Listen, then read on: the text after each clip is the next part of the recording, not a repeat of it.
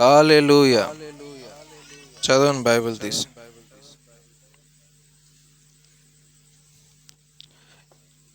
ఏం చదువుతారు?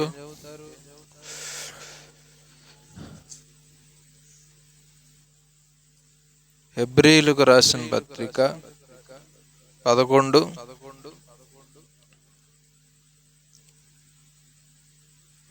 చదవండి.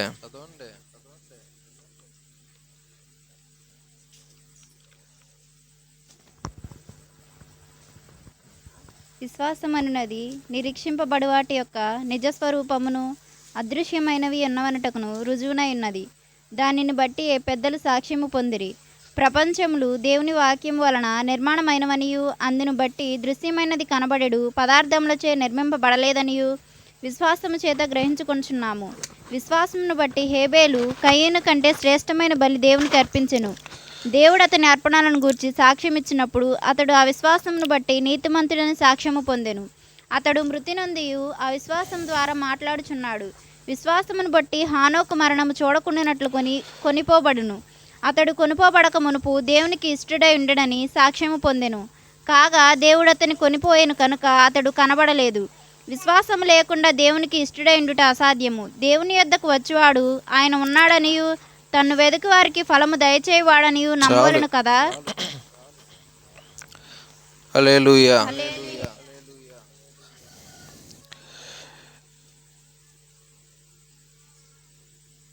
మనకి విశ్వాసం గురించి అనే స్పృహ అయితే మీకు ఉంది కదా. దేని గురించి మాట్లాడుతున్నాం మనం? వాక్యం.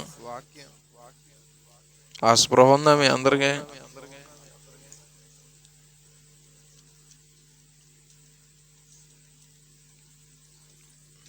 అనేకమైనటువంటి వారాలు విశ్వాసం గురించి అధ్యయనం చేశాం. పోయిన వారం ఇస్సాకు గురించి అధ్యయనం చేశాం. ఎవరు? ఇస్సాకు యొక్క విశ్వాసం. ఎవరి విశ్వాసం? విశ్వాసుల పేర్లు ఇలా ఉంటాయి. అక్కడ ఉన్న వాళ్ళే విశ్వాసులు. అబ్రహాము, ఇస్సాకు, యాకోబు,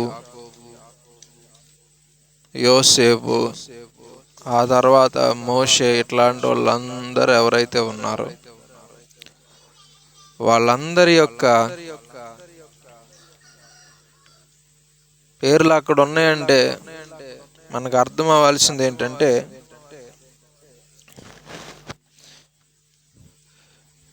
వారి విశ్వాసం అని.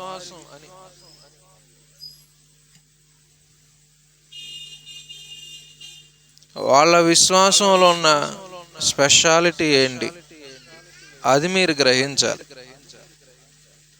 పోనీ వాళ్ళు చేసిన పని విశ్వాసం ఎలా అయింది అది కూడా మీరు గ్రహించాలి. ఆ లెక్కలోనే మనం ఇన్ని వారాలుగా దీని గురించి అధ్యయనం చేస్తున్నాం. హల్లెలూయా చెప్పండి. హల్లెలూయా చెప్పండి. ఆ ప్రకారంగా దేవుడు బిడ్డలారా, పోయిన వారం ఇస్సాకు గురించి మాట్లాడు. మరి ఆ ఇస్సాకు ఆశీర్వాదం ఏంటో మరి ఒకసారి మనం చూద్దాం. చదవండి మీరు. ఆ విశ్వాసం, ఇస్సాకు యొక్క ఆశీర్వాదం ఏంటి? ఆదికాండంలో 27లో ఏమని దీవించాడు యాకోబుని? జనములు నీకు దాసులగుదురు, జనములు నీకు సాగిలపడుదురు, నీ బంధుజనులకు నీవు ఏలికవై ఉండుము. మొత్తం చదవం. అంటే నా యాకోబుని దీవించిన మొదటి దగ్గర నుంచి, అంటే సువాసన చూసి, ఇదిగో నా కుమారుని సువాసన యెహోవా దీవించిన చేని సువాసన వలె ఉన్నది. ఆకాశపు మంచును, భూసారమును, విస్తారమైన ధాన్యమును. ఒకసారి నా కుమారుని సువాసన యెహోవా దీవించిన చేని సువాసన లాగా ఉంది అన్నాడా? మీ అందరికి గుర్తుంటుందా ఇది? నా కుమారుని సువాసన, యెహోవా దీవించిన, గుర్తుంటదిగా. ఆ, ఆకాశపు మంచును, భూసారమును, విస్తారమైన ధాన్యమును, ద్రాక్షారసమును దేవుడు నీకు ఆకాశమంచు, అనుగ్రహించునుగాక. ఆకాశమంచు, భూసారమును, భూసారము, విస్తారమైన ధాన్యమును, ఉమ్, ద్రాక్షారసమును ఉమ్, దేవుడు నీకు అనుగ్రహించునుగాక. ఉమ్. జనములు నీకు దాసులగుదురు. విస్తారమైన ధాన్యం, ద్రాక్షారసం, భూసారం, ఆకాశపు మంచు, ఇవన్నీ మీకు ఏమైనా అర్థమవుతున్నాయా? దేనికి సంబంధించింది మొదటి నుండి చివరి దాకా? హల్లెలూయా. దేనికి సంబంధించింది మొదటి నుండి చివరి దాకా? కుమారుని సువాసన, చేని సువాసన. చేలో ఏముంటది? చేలో ఏముంటది? చేలో ఏం పండుతాయి?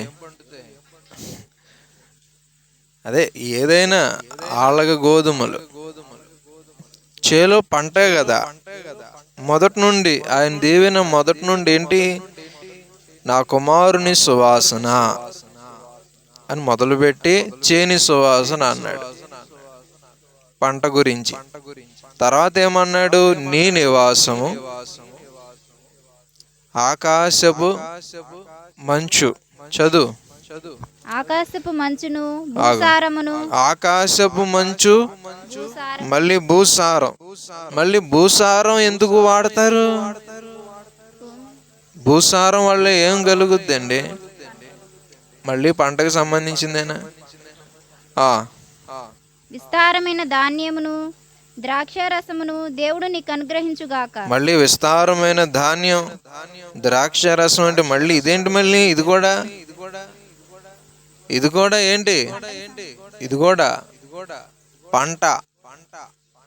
ఆయన ఆశీర్వాదం అంటే మొత్తం ఇప్పటిదాకా ఏముంది? చేని సువాసనలా ఉంది అని మొదలుపెట్టి మంచు, భూసారం, విస్తారమైన ధాన్యం, ద్రాక్షారసం. భూసారం అంటే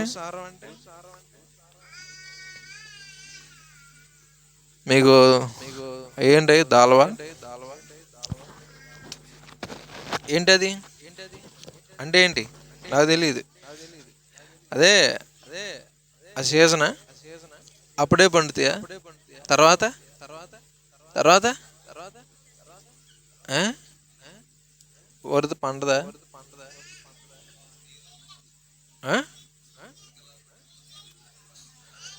ఇక్కడ పండదా? ఎందుకు పండదా? కాదు, ప్రతి సంవత్సరం వేసుకోవచ్చా? ఎన్నిసార్లు అయినా వెంటనే వేస్తే పండుద్దా? ఎందుకు పండదురా? పండాలే. పండిందా లేదా? మళ్ళీ పండాలో వద్దా? అక్కడే పండింది, ఇంకెక్కడైనా పండిందా? మరి ఎందుకు పండదు? పండాలా?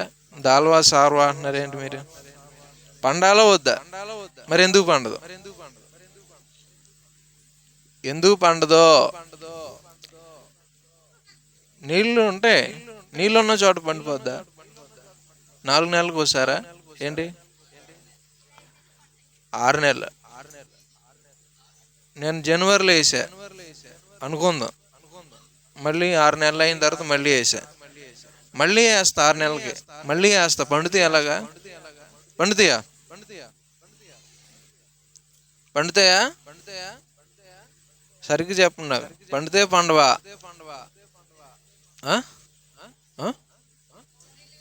గోళీలా? బోర్ నీళ్ళు అన్ని చోట్ల పండిపోతాయా? పొన్నయ్యి అంతెందుకు, ఇక్కడ యాపిల్ పండుద్దా? పండదా? మొక్కజొన్న ఎక్కడ పండుద్ది? ఎందుకని ఇటు పండదా? ఎందుకు మరి? అదేంటి? కసుక నేల, ఇసుక కాదు, ఇసుక. ఎందుకు పండదా? అదేనా? నల్ల మట్టిలో పండే పంటలు ఉంటాయి, ఎర్ర మట్టిలో పండే పంటలు కూడా ఉంటాయా? ఉంటాయా? ఉంటాయా? అన్ని చోట్ల పంటలు సరిగ్గా ఒకేలా పండుతాయా? భూసారం ఒకేలా ఉంటుందా? ఉండదు. అది మీకు అర్థమవుతుందో లేదు? హల్లెలూయా చెప్పండి. హల్లెలూయా. ఇప్పుడు మీకు అర్థమైంది భూసారం అంటే. ఎరువు ఎందుకు వేస్తారా? బలమా? భూదేవికి పూజ. ఆ. మొక్కలుగా భూమిగా? మీకు నేను మాట చెప్పనా, భూమి సారాన్ని పీల్చేసుకుంటాయా ఏంటి? నీళ్ళు కాదు. అది తెలిసి నీకు ఇంకా పంట ఆడి చెప్పాడుగా, కాబట్టి నీకంటే ఆడికే ఎక్కువ తెలుసు కాబట్టి నువ్వు మౌనముగా ఉండవలెను. స్త్రీలు సంఘములో మాటలాడుట అవమానకరము, పురుషునికి ఉపదేశము చేయుట చెప్పట్లేదు మీరు ఏంటి? అవమానకరము. కాబట్టి స్త్రీలు మౌనముగా వినవలనే గాని,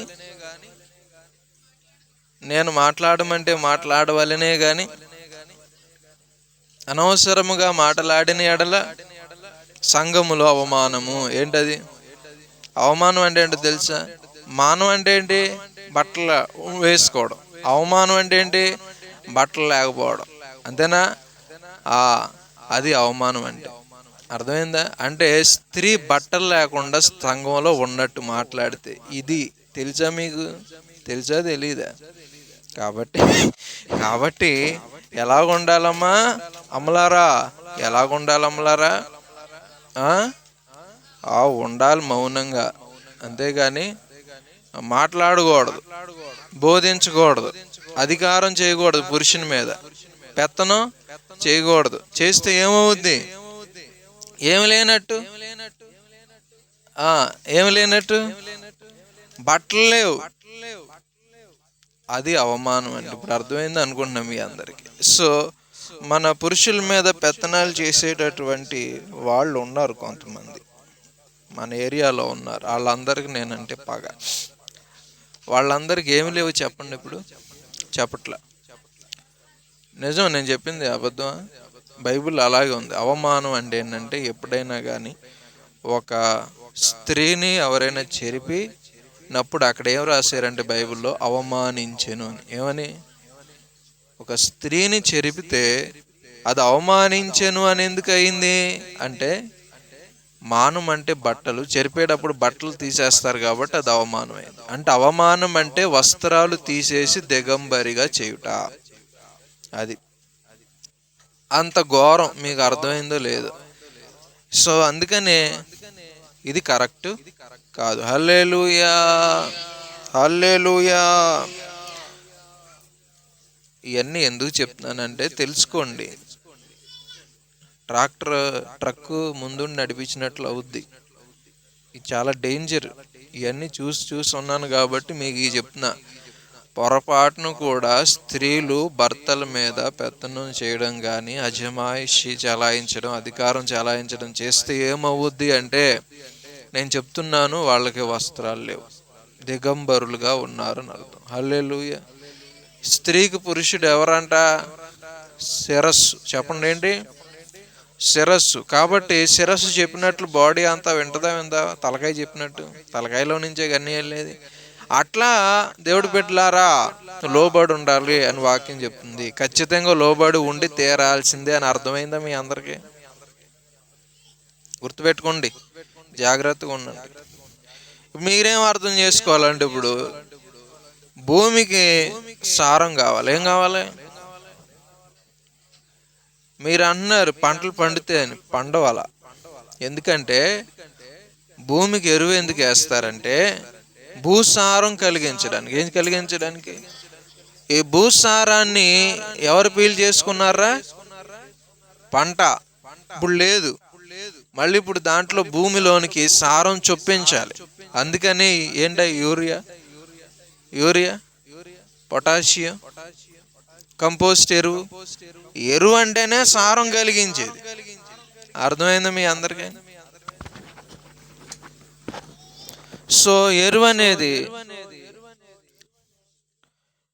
మీకు ఇంకా పెట్రోల్ ఉందా లేదా? భూమిలో తోడతారు,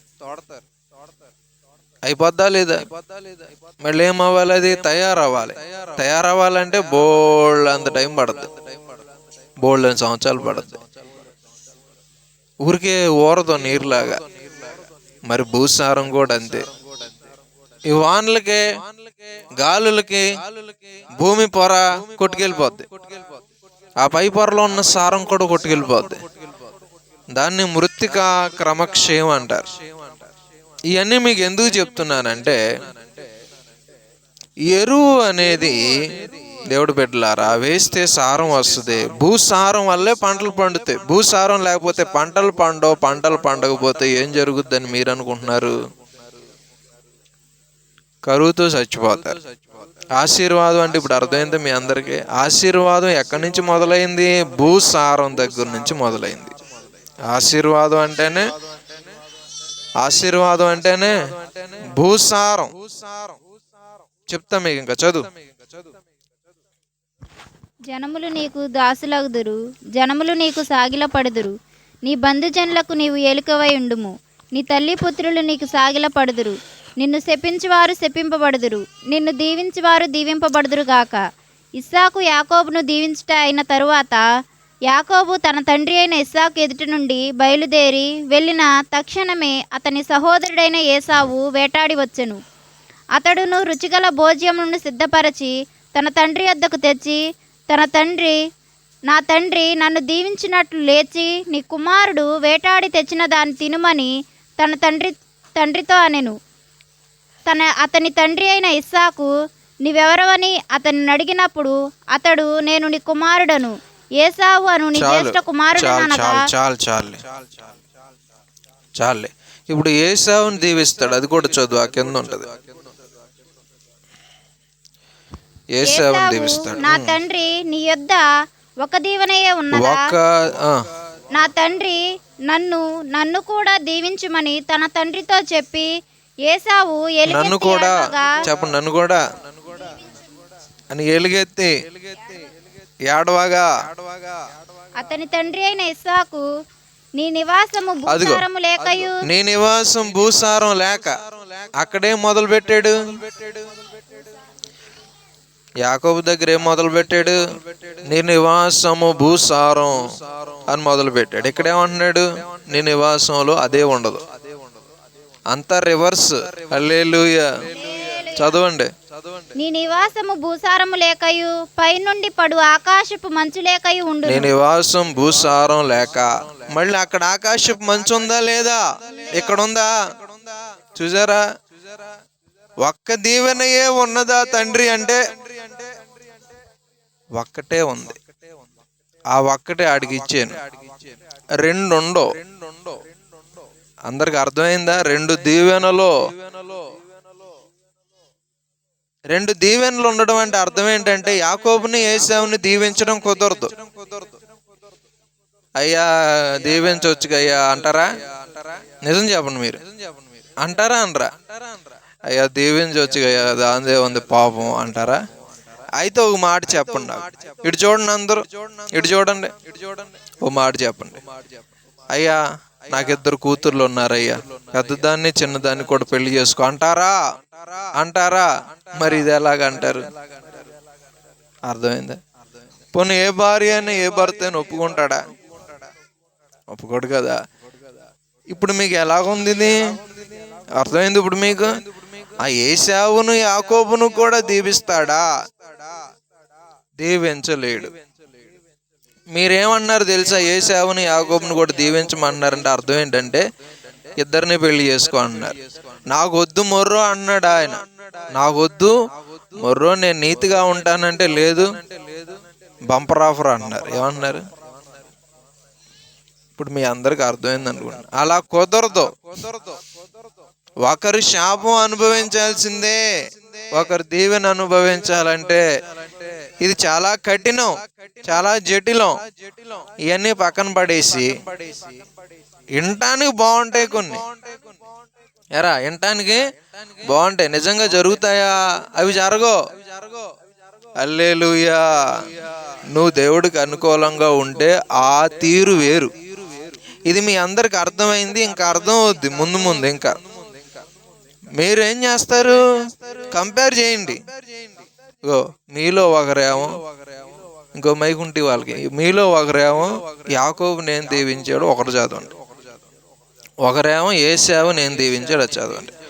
మీరు వినండి అమ్మా, చెవులు తెరుచుకొని వినండి. మీరు అక్కడ వింటే అర్థం అవుద్ది. నేను చెప్పకుండానే ఏమైపోద్దిరా, అర్థమైపోద్ది. చదవండి.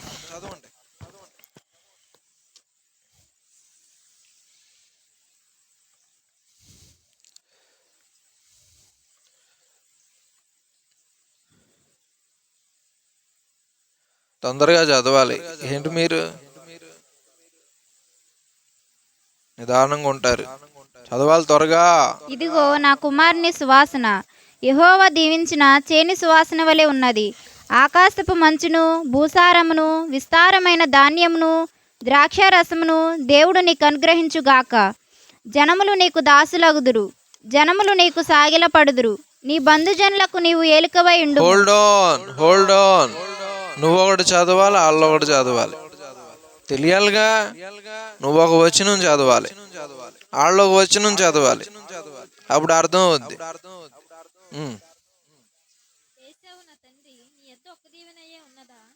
ఒక్కటే ఉందా అంటే దీవించవచ్చు నన్ను కూడా అని ఆయన అనేది. మరి ఒకటే ఉన్నట్టు మాట్లాడుతున్నావు ఏంటి డాడీ, నన్ను కూడా దీవించి డాడీ అన్నాడు. ఒరే ఇది అది కాదురా, నీకు అలవాటు ఏమో 2-3 పెళ్ళాలను పెళ్లి చేసుకోవడం, ఇది అలా కుదిరే పని కాదు. దేవుడు, మీరే చెప్పండి, అది కరెక్టా? అది కరెక్టా? మీరు చెప్పండి. బహుభార్యాత్వం అని ఉంటది. బహుభార్యాత్వం అంటే ఎక్కువ మంది భార్యలను కలిగి ఉండడం. అది కరెక్ట్ కాదని మీరే అన్నప్పుడు ఆ ప్రేమ కరెక్ట్ కాదంటున్నారు కదా, మీరే అంటున్నారు. అంటే ఒక భార్యను తప్ప వేరొకరిని కనీసం కలలో కూడా ఊహించుకోలేని వాళ్ళు ఉన్నారు. భర్తను తప్ప ఎవరిని ఊహల్లో కూడా తలంచుకోలేని వాళ్ళు ఉన్నారు. అది పవిత్రమైనది. ఎవరైతే నాకేంటి, ఎంతమంది అయితే నాకేంటి అనుకునే వాళ్ళు చాలా నీచమైన వాళ్ళు. ఇక్కడ వరకు మీకు అర్థమైంది. నేను అంతమందికి నేను ఒకే హృదయాన్ని ఇవ్వలేనని మీరెలా అంటున్నారు? మరి దేవుడు కూడా ఎవరినైనా ప్రేమిస్తే, ఎవరి మీదైనా జాలి పడితే అందరినీ ఆయన ఎలా జాలి పడమంటున్నారు మీరు? అందరి మీద మీకు అర్థం కాల. అలా అవ్వదు. 2 అన్నదమ్ములుంటే ఇద్దరు దేవుడి బిడ్డలు అయితే వేరే విషయం. ఒకడు అటు ఒకటి ఇటు అయ్యింటే కనుక దేవుడు ఇద్దరిని ప్రేమించలేడు. మీ అందరికి అర్థమైంది అనుకుంటున్నాను. దేవుడు ఒక ఏకపత్ని పురుషుడు లాంటోడు. డీప్ గా వెళ్ళిపోతాడు ఆయన ఎవరితోనైనా. ప్రేమను కొనసాగిస్తే దేవుడు, దాని విలువ మీకు అర్థం అవ్వాలి. దేవుడు దీవించని వారు ఉంటారు, వాళ్ళ ఆశీర్వాదాల వెంట పరిగెడతారు. కానీ దేవుడు ఎవరిని దీవిస్తాడో వారి వెనకాల ఆశీర్వాదాలు పరిగెడతాయి. మీకు అర్థమైతే అదే ₹1. హల్లెలూయా. అది మీరు తెలుసుకోవాల్సింది. చదువు.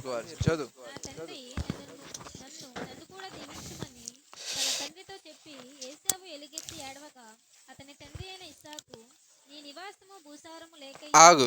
నీ నివాసం భూసారం లేక అక్కడ ఇక్కడ అదే మాట చదవాలి. ఆకాశపు మంచును, నీ నివాసము అనేది లేదా? ఉంటదమ్మా, చదువు. నా కుమారుని సువాసన యెహోవా దీవించిన చేని సువాసన వలె ఉన్నది. ఆకాశపు మంచును, భూసారమును, విస్తారమైన ధాన్యమును, ద్రాక్షారసమును దేవుడు నీకు అనుగ్రహించునుగాక. చదువు. జనములు నీకు సారం భూసారం కలుగుద్దని ఇక్కడ అన్నాడు. అక్కడేమన్నాడు? నీ నివాసం భూసారం లేక ఉండును. మంచు అక్కడ ఉండదంట. ఎవరికి? ఏశావుకి. అదిగో ఇక్కడ ఆకాశపు మంచు ఉంటుందని ఉంది ఇక్కడ ఇక్కడ అక్కడ నీ తల్లి పుత్రుడు నీకు దాసుడు అవుతాడని ఉంటది ఇక్కడ యాకోబుని దీవించినప్పుడు.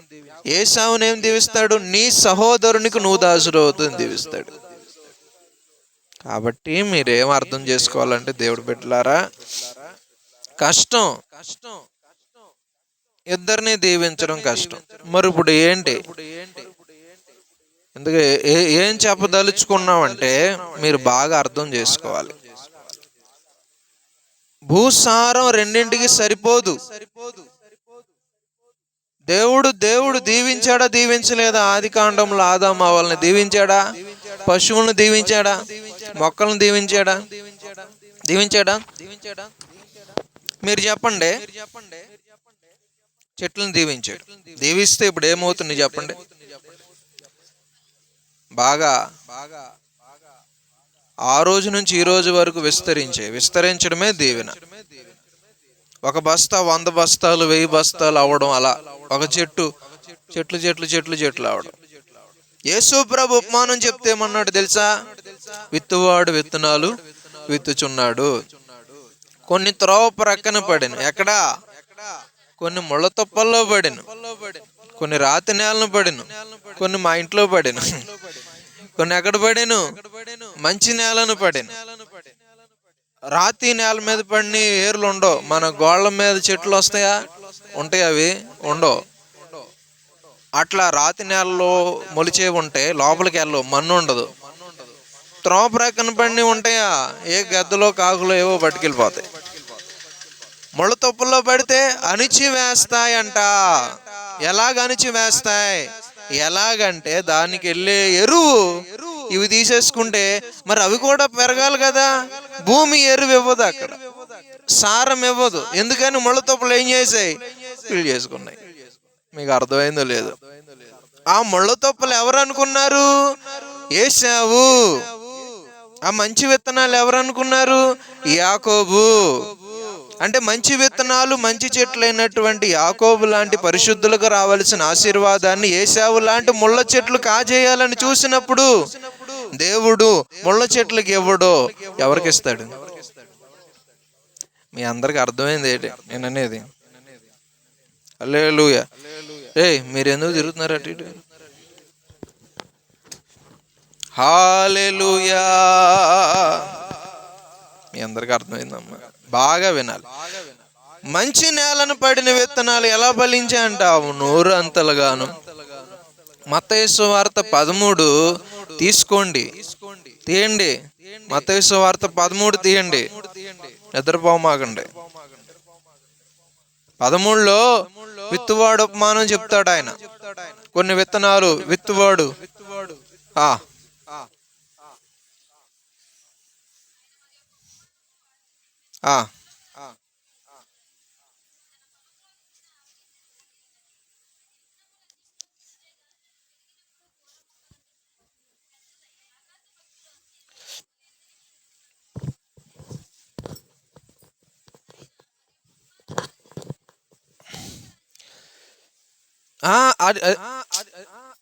విత్తువాడు ఉపమానం చదివావా? ఏం చదివావు?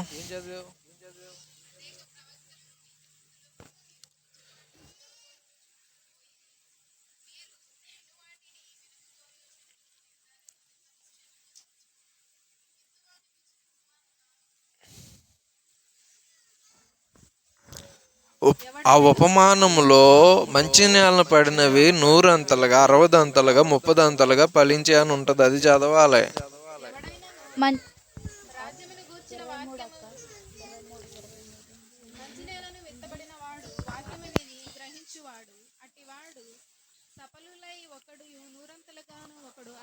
ఒకడు 100 అంతలుగా, ఒకడు 60 అంతలుగా 30 అంతలుగా ఫలించును. 100 అంతలు అనేది ఉందా లేదా? ఒకటి 100 అంతలు అంటే ఏంటి? ఒక్కటే 30 అవ్వాలి. 30 అంతలు అంటే 30 అవ్వాలి. ఒక్క విత్తనం 30 విత్తనాలు అవ్వాలి. 100 అంతలు అంటే ఒక్క విత్తనం 100 విత్తనాలు అవ్వాలి, 100 విత్తనాలు అవ్వాలి. ఆశీర్వాదం అంటే అర్థమైందా? అది ఆశీర్వాదం అంటే 60 60 విత్తనాలు అవ్వాలి. మంచి నేలను పడిన వాళ్ళు కూడా అందరూ 100 అవ్వట్లా. మీరు గ్రహిస్తున్నారా లేదా? మంచోళ్ళు కూడా, దేవుడి బిడ్డల్లో కూడా అందరూ ఒకేలాంటి ఆశీర్వాదం పొందరు. కొందరికి 100 మార్కులు, కొందరికి 60 మార్కులు, కొందరికి 30 మార్కులు. పరలోకం అందరూ వెళ్తారు, కానీ పరలోకంలో కొంతమంది మాత్రమే గొప్పోళ్ళు అవుతారు. కొంతమంది మధ్యస్థంగా ఉంటారు. కొంతమంది ఉన్నారు వస్తారు, ఏ పాపం చేయరు కాబట్టి మొత్తానికి వెళ్తారు పరలోకం తప్ప. ఆడు ప్యూనుగాడు, చెప్పండి ఎవరాడు? ఆడు 30 అంతలోడు. పాస్ మార్కులతో పాస్ అయ్యాడు, 30 మార్కులతో పాస్ అయ్యాడు. నేనేం చెప్తున్నా, మీరు 30 మార్కులతో పాస్ అవడం వల్ల పరలోకం వెళ్ళి వాడిని వీడిని చూసుకొని నా బతికేందుకు ఇలా తెల్లారింది అనుకోవడం ఎందుకు? నువ్వు భూమి మీద త్యాగము, సమర్పణ, ఉపేక్ష ఇట్లాగా ఉంటే నువ్వు పరలోకంలో ఏమవుతావు? పరలోకంలో ఏమవుతారండి? గోధుమ గింజ చావాలా వద్దా? చస్తేనే కదా చెట్టు అవుతుంది, చెట్టు అయితేనే కదా విస్తరిస్తుంది, అనేక గోధుమలు అవుతుంది. నువ్వు చచ్చావా? అగం చచ్చిందా? అహంకారం, గర్వం చచ్చిందా? స్వార్థం చచ్చిందా? కామం చచ్చిందా? చావకుండా నువ్వు విస్తరిస్తావు చెప్పు? ఎలా ఫలిస్తావు? విత్తనం పగిలితో లోపల చిగురు వస్తుంది, అవునా కదా? మొలకలో చెట్టు నరికితో లోపల చిగురు వస్తుంది కదా, ఆ చిగురు ఆత్మ. ఆ విత్తనంలో వచ్చే మొలక ఆత్మ, ఆ విత్తనం శరీరం. ఈ శరీరం అనే విత్తనం పగిలితే లోపల నుంచి ఆత్మ అనేటటువంటి మొలక వస్తుంది, అదే జీవం. ఆ విత్తనం మొలకెత్తాలంటే పగలాలి, పగలకుండా అలాగే ఉంటే ఎక్కడ మొలకెత్తుద్ది? నశించాలా విత్తనం? భూమిలోకి వెళ్ళి నశించాలి, భూమిలో విత్తబడాలి. అలా నువ్వు నశించాలి. నీ శరీరం నలగాలి, శరీర కోరికలు చావాలి, అహంకారం చావాలి, స్వార్థం చావాలి, వెటకారం చావాలి, వ్యంగ్యం చావాలి, కామెడీ చావాలి. మీకు అర్థమయ్యే భాషలో కామెడీ అనకూడదు కానీ వ్యంగ్యం అనాలి. వ్యంగ్యం మనకు తెలుగు రాదు కదా. తెలుగు మనకు వచ్చా? తెలుగు రాదు. దేవుడి బిడ్డలారా, మీరు చావకుండా, మిమ్మల్ని మీరు ఉపేక్షించుకోకుండా, మిమ్మల్ని మీరు నష్టపరుచుకోకుండా మీరు ఎలా విస్తరిస్తారు చెప్పండి నాకు. హల్లెలూయా. విస్తరించాలంటే చావాలి. ఏం చచ్చారు చెప్పండి నాకు? ఏం చచ్చినాయి మీలో? ఏమీ చావాల. చావనప్పుడు విస్తరించాలి. ఆశీర్వాదం ఎలా వచ్చేస్తుంది? ఊరికే రాదు. విరువు యేసయ్యా ఆశీర్వదించు. విరవకుండా ఆశీర్వాదం ఏంటి? హల్లెలూయా. విరవాలి. విరిస్తే మరి విరుగుతారా? యేసన్ గారు అంటారు, నీ చేతితోనే విరచిన రొట్టెనై ఆహారమౌదును అనేకులకు. నీ చేతితోనే విరచిన రొట్టెనై ఆహారమౌదును అనేకులకు. మహిమ స్వరూపుడా, మృత్యుంజయుడా, మరణపు ముల్లును విరచినవాడా, నీకే స్తోత్రములు నా యేసయ్యా, నీకే స్తోత్రములు, నీకే స్తోత్రములు నా యేసయ్యా.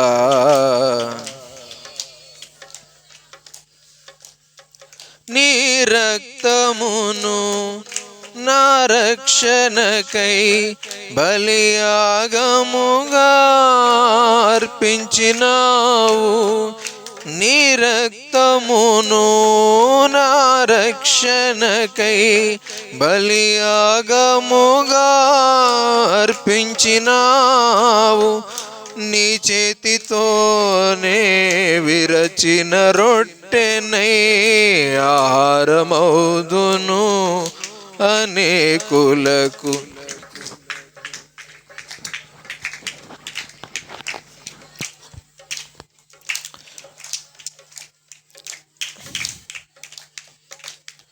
ఆమెన్. విరగాలి, విత్తనం చావాలి. ఏం చచ్చారు? సో దేవుడు బిడ్డలారా, విత్తనం అంటే శరీరం. శరీరం విత్తబడాల. విత్తబడిన శరీరం బలహీనమైనదిగా విత్తబడి బలమైనదిగా లేచును. అంటే ఇవన్నీ ఎందుకు చెప్తున్నాం? అందరి సమర్పణ ఒకటి కాదు, అందరికీ దేవుడి మీద ఉన్న ప్రేమ ఒకటి కాదు, అందరికీ దేవుడితో ఉన్న సంబంధం ఒకటి కాదు. నేను అడుగుతా, నువ్వు ఎంతసేపు చేస్తావు మా ప్రార్థన అంటే 5 నిమిషాలు అని ఒక ఆవిడ, అరగంట అని ఒక ఆవిడ, గంట అని ఒక ఆవిడ అంటారు కదా. నువ్వు 5 నిమిషాలు ప్రార్థన చేసేసావు, నీ సంబంధం ఎంత రోజుకి ఆయనతో? 5 నిమిషాలే, అది కూడా డౌటే. అట్లాగా దేవుడితో ఉండే సంబంధం కొంతమందికి పరిమితం, చాలా తక్కువ. అట్లాగే సమర్పణ కూడా చాలా మందికి ఉంటుంది కానీ తక్కువ. అప్పగించుకోవడం, లోబడడం, పూర్తిగా లోబడరు కొందరు, సగం సగం లోబడతారు కొందరు. వాళ్ళని ఏదో దయ చూపిస్తాడు కానీ 100 అంతలు కాదు. 100 అంతలు పొందిన వాళ్ళు ఎక్కడో ఉంటారు. త్యాగం సమర్పణతో భూమి మీద సేవ చేసే వాళ్ళు ఉన్నారు.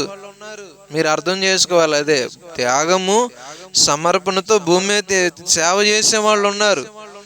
అవేమీ లేకుండా కూడా చేసేవాళ్ళు ఉన్నారు. అరే నువ్వు ఎంత కష్టపడిపోతున్నావు, ఆయన ఈజీగా చేసేస్తున్నాడు.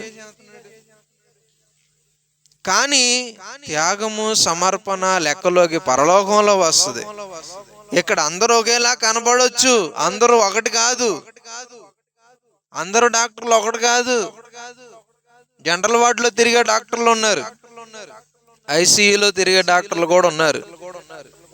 భూమి మీద బతుకు జనరల్ వార్డులోనే ఎక్కువ మంది ఉంటారు. మరి ఎక్కువ మందిని చూసినందుకు జనరల్ వార్డులో ఉండే డాక్టర్ గొప్పవాడు అవుతాడా? ఐసీయూలో 2-3 ఉంటారు, వాళ్ళని చూసినట్టు గొప్పవాడు అవుతాడా? ఎక్కువ మందిని బట్టి తక్కువ మందిని బట్టి ఆధారపడి ఉంటుందా నీ చదువు, నీ క్వాలిఫికేషన్?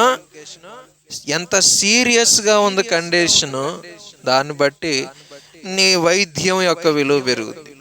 అందుకని నేనేమంటానంటే, ఇక్కడ బాగా బతకడం ద్వారా పరలోకంలో ఏమీ రాదు. ఇక్కడ ఏ కష్టం పడకుండా సులువుగా బతికేస్తారు కొందరు, ఎవరితో పేచీ లేకుండా. అది కాదు, పరలోకంలో వేరేలా ఉంటది. 100 అంతలు రావు అందరికి, 60 అంతలు రావు. మీ అందరికి అర్థమైందా? నువ్వు ఎంత కష్టపడిపోతున్నావు ఏంటయ్యా బాబు, మీరు ఎంత కష్టపడిపోతున్నారు ఏంటి? కొంతమంది అవివాహితులుగా పెళ్లి చేసుకుంటారు, పెళ్లి చేసుకోకుండా సేవ చేస్తారు. వాళ్ళకే మిగతా వాళ్ళకి ఒకేలాగా ఇవ్వచ్చా? హల్లెలూయా చెప్పండి అందరూ. త్యాగం అనేది ఉంది. నలగాలి, విరగాలి, బద్దలవ్వాలి విత్తనం. ఏమి నలిగిందమ్మా? ఏమి నలిగింది? నేను ఒక అరగంట ఎక్కువ చెప్పానంటే చెప్పలేనిక, ఎందుకంటే మీరు కదులుతుంటారు. బాగా దేవుడి సన్నిధిలో ఉండాల్సిన ఆవశ్యకత ఉంది. దేవుడి ఆత్మ దిగొచ్చే దాకా ఓపికతో కనిపెట్టుకోవాల్సిన అవసరం ఉంది. ఏదో సుకుమారంగా పోసుకొట్టడం కాదు, దేవుడి సన్నిధిలో బాగా నలగాల, కనిపెట్టుకోవాలా, బానిసల్లా పడి ఉండాలి దేవుడి సన్నిధిలో. దేవుడు ఎప్పుడు దిగొస్తాడో తెలియదు. హల్లెలూయా చెప్పండి అందరూ. సరే, యాకోబు కొడుకులు ఉన్నారా? 49వ అధ్యాయం ఆదికాండంలో దీవించాడు ఒక్కొక్కరిని. యాకోబు కూడా ఇస్సాకు, యాకోబుని ఏశావుని దీవించాడు. అట్లాగే యాకోబు కూడా తన 12 మంది కొడుకులను దీవించాడు. 12 మందిని ఒకలా దీవించలా. మీకు అర్థమైందో లేదు? అర్థమైందా? యోసేపును బాగా దీవించాడు, యోధాను బాగా దీవించాడు. కొంతమందికి ఒకే మాట, నీ దగ్గర బాగా ఆహారం ఉంటుంది ఆషేరు అన్నాడు. నప్తాలి విడవబడిన లేడీ అన్నాడు. కానీ యోసేపు గురించి బోల్డ్ అండ్ లైన్లు చెప్పాడు. ఎందుకని? యోసేపు 100 అంతల పొలం ఫలించేవాడు. యోధా 100 ఫలం ఫలించేవాడు, ఆషేరు 30 ఫలమే ఫలిస్తాడు. కొంతమంది అసలు శపితమైన వాళ్ళు ఉన్నారు, రూబేన్ లాంటి వాళ్ళు. ఎందుకంటే తండ్రి మంచాన్ని కలంకపరిచాడు కాబట్టి. ఇవన్నీ ఎందుకు చెప్తున్నావు? యోసేపును దీవించాడు, యోధాను దీవించాడు, ఆషేరును దీవించాడు, బెన్యామీను దీవించాడు. దీవెన పొందేవారి జాబితాలో ఉండడం గొప్ప ఏంటండి? అందరికంటే ఎక్కువ దీవెన పొందేవారి జాబితాలో ఉండాలి. అలా ఉందా? అంత సీన్ ఉందా మనకి? పరుగు బంధువులు అందరూ పరిగెడతారు, అందరూ పరిగెడుతున్నారు, నేను పరిగెడుతున్నాను, అందరూ బతుకుతున్నారు, నేను బతుకుతున్నాను. ఇదేం బతుకు అని అడుగుతున్నాం మనం. హల్లెలూయా చెప్పండి అందరూ.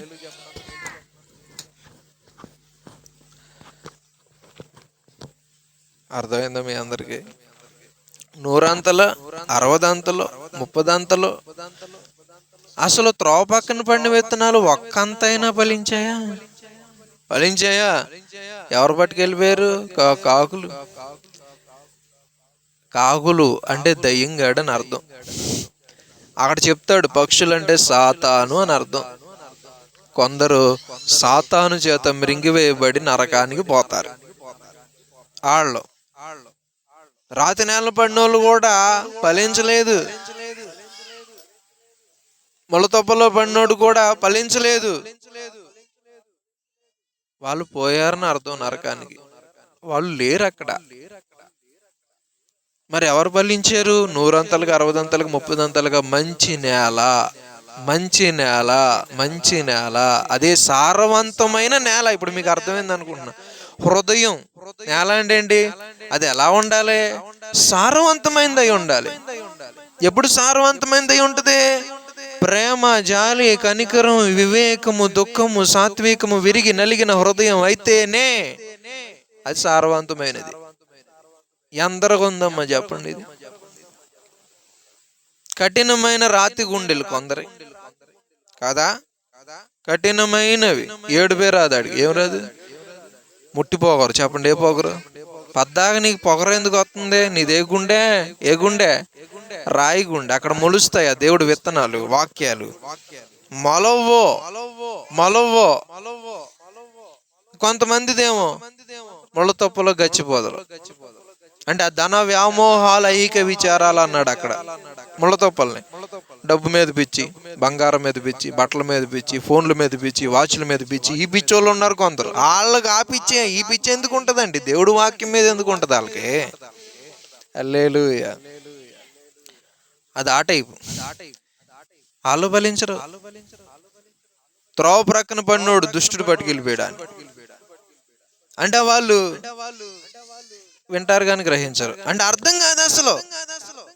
వింటారు, తలకే ఊపుతారు, అవునండి, సమాధానం కూడా చెప్తారు, కానీ మైండ్ ఇక్కడ ఉండదుగా. పక్షులు ఎత్తుకెళ్ళిపోయింది. చెప్పండి ఏం ఎత్తుకెళ్ళిపోయినరా? వినియూ గ్రహించలేదంట వాళ్ళు. త్రోవ ప్రక్కన పడినోళ్ళు అసలు వాళ్ళకి అర్థమే కాల. వింటారు అంతే, ఉంటారు.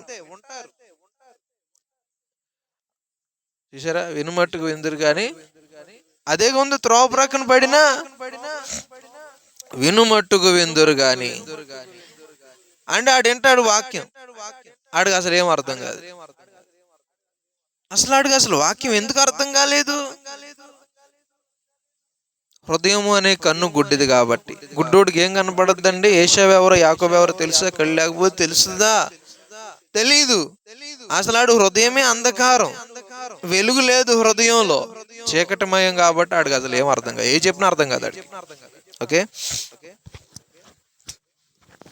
అందరూ ఒకటే కాదని నేను చెప్పడం. మీకు నిత్య జీవం రావాలంటే నేను విత్తే వాక్యము అనే విత్తనాలు మీ హృదయంలో, హృదయం అనే పంట భూమిలో పడాలి, విత్తబడాలి. తర్వాత అవి మొలకెత్తాలి, 100 ఫలించాలి, లేదా 60 30 ఫలించాలంటే మీది రాతి నేల కాకూడదు, ముళ్ళతొప్పల భూమి కాకూడదు, త్రోవ ప్రక్కన ఉన్నవాళ్ళు కాకూడదు. త్రోవ ప్రక్కన అంటే ఏంటి? ఎవరికి సంబంధం లేని వాళ్ళు. చెప్పండి ఎవరాళ్ళు? ఒక కాపురు ఉండడు. ఏంటి? ఒక కాపురే ఉండడు. త్రోవ ప్రక్కన ఉంటే చెట్లు ఎరా కోసుకుంటారు. జామ చెట్లు, ఏవో చెట్లు, దానికి నీళ్లు పోసినోడు ఉండడు, ఎరువేసినోడు ఉండడు. ఎవరు పడితే వాళ్ళు కోసుకుంటారు కదా. అలా కొందరు ఉంటారు. అంటే ఒక ఆత్మీయ నాయకుడు ఉండడు, ఒక కాపరి ఉండడు, ఒక నడిపింపు ఉండదు, నీరు పోసేవాడు ఉండడు, ఎరువు వేసేవాడు ఉండడు. నీరు, ఎరువు, వాక్యం, ఉపదేశం, ప్రార్థన ఇయ్యే. అలా చేసేవాడు ఉండడు, కాపరి ఉండడు. వాళ్ళు ఫలించరు. అంటే వాళ్ళు చచ్చిపోయిన తర్వాత వాళ్ళ మీద ఎవరికైనా లోపడ్డావు నువ్వు ఎప్పుడైనా? నువ్వు లోపడలేదు కాబట్టి మీ పైన నాయకులుగా ఉన్నవారు మీ విషయంలో లెక్క ఒప్పు చెప్పవలసిన వారై ఉన్నారు కాబట్టి అని ఉంది. ఎవరు లెక్క చెప్పాలి మీ విషయంలో? పైన ఉన్న నాయకుడు. ఆయన లెక్క చెప్పాలంటే దేవుడు అడుగుతాడు, ఎరా వీళ్ళ సంగతి ఏంటని అడిగాడు అనుకో, ఏం లెక్క చెప్తాడు చెప్పండి? లెక్క ఏం చెప్తాడు? చెప్పలేడు. ఎందుకని? ఎప్పుడన్నారు కనుక మాట ఏంటి ఏమని చెప్తాడు ఈయన? నా మాట విన్నారు, నాదే పూచి అంటాడు. ఏంటి వాళ్ళ సంగతి ఏంటి? నాకు సంబంధం లేదంటాడు. ఎందుకంటే వాళ్ళు నా మాట వినలేదు, నా దగ్గర లేరు అని చెప్తాడు. సో వినరు కొంతమంది. హల్లెలూయా. లోబడరు. లోబడితే ఏమొస్తుంది? ఆ గైడింగ్ వేరు, ఆ నడిపింపు వేరు. ఎవరిష్టం వాళ్ళదండి, ఇష్టారాజ్యం. మీ అందరికి బాగా అర్థమైంది అనుకున్నా. త్రోవ ప్రక్కనోడు ఆడే. రాతి నేలను విత్తబడిన వాడు అంటే ఏంటంటే, ఇప్పుడు ఇక్కడ వేసారు విత్తనాలు, మొలకలు ఎత్తుతాయి. ఇక్కడ గట్టిగా ఉంటది వాళ్ళ హృదయం.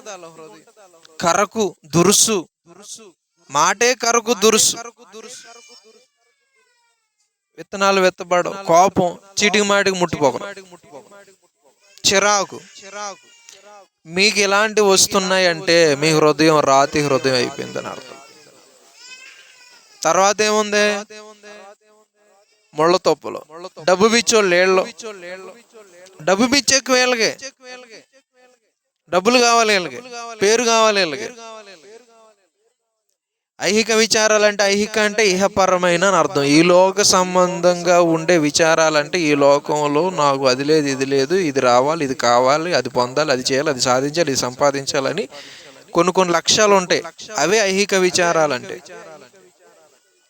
ఏమి ఉన్నా లేకున్నా సరే దిగులు లేకుండా నిద్రపోగలిగితే ఐహిక విచారాలు లేనట్లు. అలా కాకుండా అది లేదు, ఇది లేదు అనేటటువంటి ఆలోచన నీకు వస్తే, ఆ చింతన, అప్పుడు నీకు ఐహిక విచారాలు ఉన్నట్లు. అంటే నువ్వు ముళ్ళ తొప్పల్లో ఉన్నావు. ముళ్ళ తొప్పల్లో ఉంటే ఆ ముళ్ళు పీల్ చేసుకుంటాయండి. హల్లెలూయా. ఫలించరు. ఫలిస్తారా? దేవుడు భూమిని దీవించాడు. దీవించలేదా? ఏమని దీవించాడు? చెట్లను దీవించాడా? అంటే ఏమవుతాయి? 100 అంతలుగా, 60 అంతలుగా. ఒక చెట్టు మొదటిసారి వేసిన చెట్టు 100 అంతలు అయింది అనుకుందాం. 100 చెట్లు వచ్చినాయి అనుకుందాం. ఆ 100 చెట్లలో నుంచి ఒక్కొక్క చెట్ల నుంచి మళ్ళీ ఇంకో 100 చెట్లు వస్తాయి. అట్లా ఇప్పటి వరకు వచ్చాయి. దీవించాడు. కానీ ఒకటి గమనించారా? ఆయన దీవించిన తర్వాత చెట్టు పండు తినొద్దు అన్నాడు. అన్నాడా? తిన్నారు. ఆ పండు తినడం ద్వారా ఏమైంది మీరు చెప్పండి? భూమి శపించబడెను.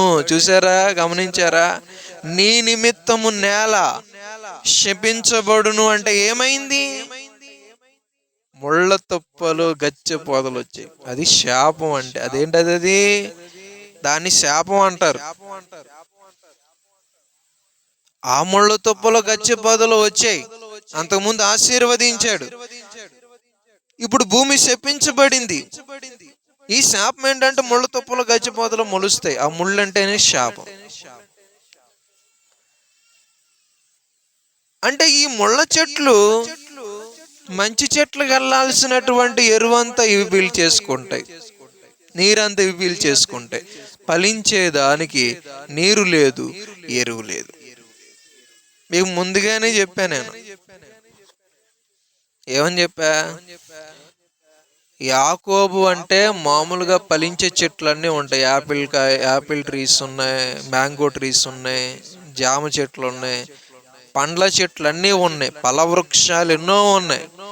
అవన్నీ ఫలిస్తాయి. వాటికి ఎరువు వేస్తే, నీరు పోస్తే, సారవంతమైన నేలలో ఉంటే అవి ఫలిస్తాయి. కానీ నువ్వు ఎరువేసిన సారవంతమైన భూమిలో నాటినా, సత్తువ కలిగిన భూమిలో నాటినా, నీరు పోసినా, ఏం చేసినా ముళ్ళ చెట్లు ఫలించవు. అలా కొంతమంది ఫలింపని వారు ఉంటారు, వారిలో ఫలం కనబడదు. నువ్వు అరవడం, కేకలేయడం తప్ప నువ్వు ఎన్ని చేసినా వారికి మారు మనస్సు అనే ఫలము రాదు. మారు మనస్సుకు తగిన ఫలం ఫలించరాలు. మీకు అర్థమైందో లేదు? కానీ ఎరువు కావాలంటారు. ఏమంటారు? ఎరువు కావాలి, నీరు కావాలి, నేల కావాలి. ఫలిస్తావా? ఫలించవు. మరి ఏం చేస్తావు? ముళ్ళు ముళ్ళు. ఏశావు ముళ్ళ చెట్టు, యాకోబు మంచి చెట్టు, ఫలించే చెట్టు. ఈ రెండింటిని దీవించమంటారా? మీరు చెప్పండి నాకు. ముళ్ళ చెట్టుని దీవించాలా? ముళ్ళ చెట్టు అంటే ఏంటి? దుష్టుడు. ముళ్ళ చెట్టుని మంచి చెట్టుని కూడా దీవిస్తారు. పోనీ మీరు ముళ్ళ చెట్టుకి నీళ్ళు ఎప్పుడైనా పోసారా? చుట్టూ త్రవ్వారా? లేదుగా. మరి ముళ్ళ చెట్టు అంటే దుష్టుడు. దుష్టుని ఎలా దీవించమంటున్నారు? అటు తాగినా, విచరించినా, దొంగతనం చేసినా, హత్య చేసినా, చంపినా, కొట్టినా, తిట్టినా, ఏ నేరం చేసినా వాణ్ణి దీవించి నీతిగా బ్రతుకునోడిని దీవిస్తే అది ఎక్కడి న్యాయం? హల్లెలూయా. మీకు అర్థమైంది ముళ్ళ చెట్లు అంటే ఏంటో? శపితమైన వాడి లక్షణాలన్నీ ముళ్ళే. ఆ ముళ్ళుతో ఆడు ఏం చేస్తాడు? అందరికీ ఇబ్బంది. ఆడు స్త్రీలైనా పురుషులైనా ముళ్ళ చెట్లుగా మీరున్నప్పుడు మీకు ఆశీర్వాదము రాదు. అంటే మీరు శపితమైన వాళ్ళు అయిపోయి 10 మందిని నాశనం చేసే వాళ్ళు ఉన్నారు. వాళ్ళు ముళ్ళ చెట్లు. వేశ్యలుగా మారి నాశనం చేసే వాళ్ళు ఉండొచ్చు. కొన్ని జారుడుగా మారి నాశనం చేసే వాళ్ళు ఉండొచ్చు. రెచ్చగొట్టి తాగి ఇబ్బంది పెట్టి నాశనం చేసే వాళ్ళు ఉండొచ్చు. కేసులు పెట్టి ఇబ్బంది పెట్టే వాళ్ళు ఉండొచ్చు. వీళ్ళందరినీ దేవుడు ఎలా దీవిస్తాడు? హల్లెలూయా. ఫలించేదానికి ఏం కావాలరా? ఫలించున్నది మరి ఎక్కువగా ఫలించున్నట్లు ఫలింపని ప్రతి తీగను పెరిగి పారవేస్తాడని యోహాను 15లో ఉందా? యోహాను సువార్త 15వ అధ్యాయంలో ఫలించున్నది మరి ఎక్కువగా ఫలించినట్లు ఫలింపని దాన్ని పెరికి వేస్తాడు. ఎందుకని? ఫలించిన దాన్ని పెరికేస్తే ఇంకా ఎక్కువ ఎరువు అందుద్ది, ఎక్కువ నీటి ఊట లభ్యమవుతుంది. దేనికి? ఫలించే చెట్లకి. మీకు అర్థమైందా? ఈ ఫలించే చెట్లకు రావాల్సిన దీవెనలు ఫలించని చెట్లు కాజేయాలని చూస్తుంటే దేవుడు అది జరగనివ్వలేదు. దేవుడికి పక్షపాతమా అంటే న్యాయాన్ని పక్షపాతం అంటావా నువ్వు? నీతిమంతుని పక్షంగా దేవుడు ఉంటే అది పక్షపాతమా? అమ్మో అందరిని నీకు తెలియదు నొప్పి, నీకైతే తెలుస్తుంది నొప్పి. నీకొస్తే ఆ బాధ తెలుస్తుంది. హల్లెలూయా. నేను చెప్పిన అలాగున్నాయి బైబిల్లో. మారు మనస్సుకు తగిన ఫలము ఫలించుడి, లేదంటే చెట్టు వేరున గొడ్డలి ఉంచబడి ఉంది, ఫలింపుని ప్రతి చెట్టు నరకబడి అగ్నిలో వేయబడును అని ఉంది. ఫలం ఏంటండి? ఫలం ఏంటి? ఏ చెట్టు అయితే ఆ కాయ కాయాలి. కాయ రాలా. అంజూరపు చెట్టు ఫలం ఫలించకపోతే త్రోవ ప్రక్కన యేసు ప్రభు ఏమన్నాడు? శపించెను. శపించాడా? ఫలింపనిది శపించబడిందా లేదా? ఫలం ఇవ్వనిది శపించబడేది. అర్థమైందా మీ అందరికి? నేను ఫలిస్తున్నాను అనే వాళ్ళు చేతులు ఎత్తండి సరే. నేను ఫలిస్తున్నాను, ఎత్తని చేతులు. ఫలం అంటే ఏంటండి? ఫలం అంటే ఏంటి? నీరు ఎరువు తీసుకున్న దానికి నువ్వు ఏ చెట్టు అయితే ఆ ఫలం రావాలి. నీరు ఎరువు అందకపోతే వేరు. అందరూ అదే వాక్యం, అందరికీ అదే నీరు, తోటలో ఉన్న చెట్లు అనేవి. కానీ డిఫరెన్స్ ఏంటి? 100 అంతలు, 60 అంతలు, 30 అంతలు. అదేంటి కదా? అందరు ఎందుకు ఫలించట్లా? విత్తనాలు విత్తేవాడు తప్పు కాదు, అది నేల తప్పు. ఏంటి చెప్పండి? హృదయం తప్పది. హల్లెలూయా. వాళ్ళ హృదయం అలా ఉంది, ఫలించరాళ్ళు. హల్లెలూయా, హల్లెలూయా. అందుకని దేవుడు బిడ్డలారా,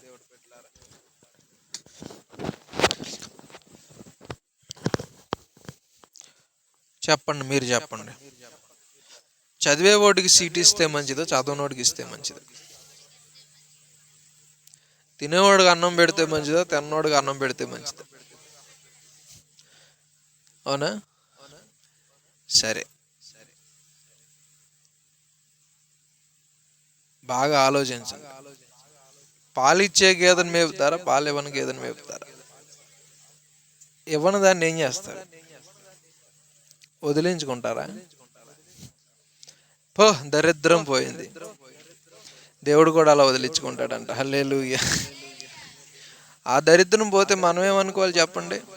అమ్మా, కొంచెం జాగా మిగిలిందిరా, నీ నిమిత్తం నేల ఏల వ్యర్థమై పోవలేను ఉందా? నీ నిమిత్తము నేల ఏల వ్యర్థమై పోవలేను అంటే, నేను మళ్ళీ చెప్తున్నా, కొంతమంది అభ్యంతరంగా ఉంటారు. అనేకులకి ఫలించరు సరిగదా, ఫలించేవాడిని చెడగొట్టే వాళ్ళు ఉంటారు. వాళ్ళు ఏం చేస్తాడు దేవుడు చెప్పండి? మీరు బాగా చెప్పారు. ఆదాము అవ్వల్ని ఏమన్నాడు ఆయన? ఫలించుడి. ఏంటది? విస్తరించి, ఫలించి విస్తరించి అభివృద్ధి పొందండి అన్నాడా? వాళ్ళు ఫలించడం అంటే అవ్వకేమైనా యాపిల్ కాయలు కాస్తాయా? ఏంటవి? పిల్లకాయలు. ఎవరు? పిల్లల్ని కనడం. నీ లోగిట నీ భార్య ఫలించు ద్రాక్ష వల్లి, నీ లోగిట నీ భార్య ఫలించు ద్రాక్ష వల్లి, నీ లోగిట నీ భార్య ఫలించు ద్రాక్ష అంటే ద్రాక్షలు కాస్తుందమ్మా. పిల్లలు, నీ పిల్లలు బల్ల చుట్టూ ఒలీవల, బల్ల చుట్టూ ఒలీవల. మీరు దేని చుట్టూ ఉన్నారా? ట్యాబు చుట్టూ ఉన్నారు, టీవీ చుట్టూ ఉన్నారు. దేని చుట్టూ ఉన్నారు? బల్ల చుట్టూ ఎలా ఉండాలి? ఒలీవల. బల్ల అంటే ఏం లేదు, డైనింగ్ టేబుల్. అన్నం తింటారు. ఒలీవల మొక్కలో నీరు పోస్తే ఎలా ఎదుగుతాయి, వీళ్ళు అన్నం తిని ఎదుగుతారు అని. పిల్లలు అన్నం తిని బాగా ఎదగాల. కొంతమంది ఎదగరు. అటు ఎందుకు ఎదగట్లా? లోపల జబ్బు ఉంది. ఏముంది? వీడు తినేదా నా జబ్బు తినేస్తుంది. నాకు టీబీ వచ్చింది చిన్నప్పుడు. బరువు తగ్గిపోతున్నాం, బరువు పెరగట్లా. ఎందుకు పెరగట్లేదంటే టీబీ ఉంది. అది తగ్గిపోతే బరువు పెరిగిపోయాను. డాక్టర్ గారు పద్దాకి వెళ్ళినప్పుడు బరువు చూసుకోమ్మా అనేవాడు. 2 కేజీలు పెరిగావు అనేవాడు. అంతకుముందు ఏంట్రా నేను బరువు పెరగట్లేదు అంటే లోపల ఏముంది? ముళ్ళ తొప్పలు ఉన్నాయి. ఏమన్నాయి? ముళ్ళ చెట్లు లాగేస్తున్నాయి. అదే ముళ్ళ చెట్లు అంటే జబ్బు.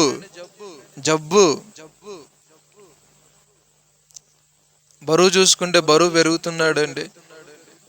బరువు పెరుగుతున్నాడు అంటే జబ్బు తగ్గుతుందని అర్థం అమ్మా అన్నాడు ఆయన. ఆ జబ్బు తగ్గిపోయినా బరువు పెరగడం మొదలయ్యా. అట్లాగా పిల్లలు పెరగట్లేదు, ఎంత తిన్నా బల్ల చుట్టూరు అంటే అర్థం ఏంటి?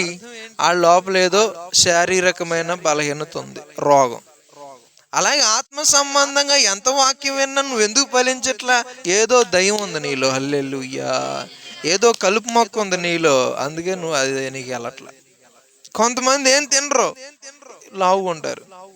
అందరూ ఏమనుకుంటారు? తెగ తినేస్తుంది అనుకుంటారు. కానీ కొంచెం తిన్న లావైపోతారు. అదేంటంటే కృప. ఏంటది? కృప. నాకు వద్దు బాబో ఈ కృప అంటారు వీళ్ళు.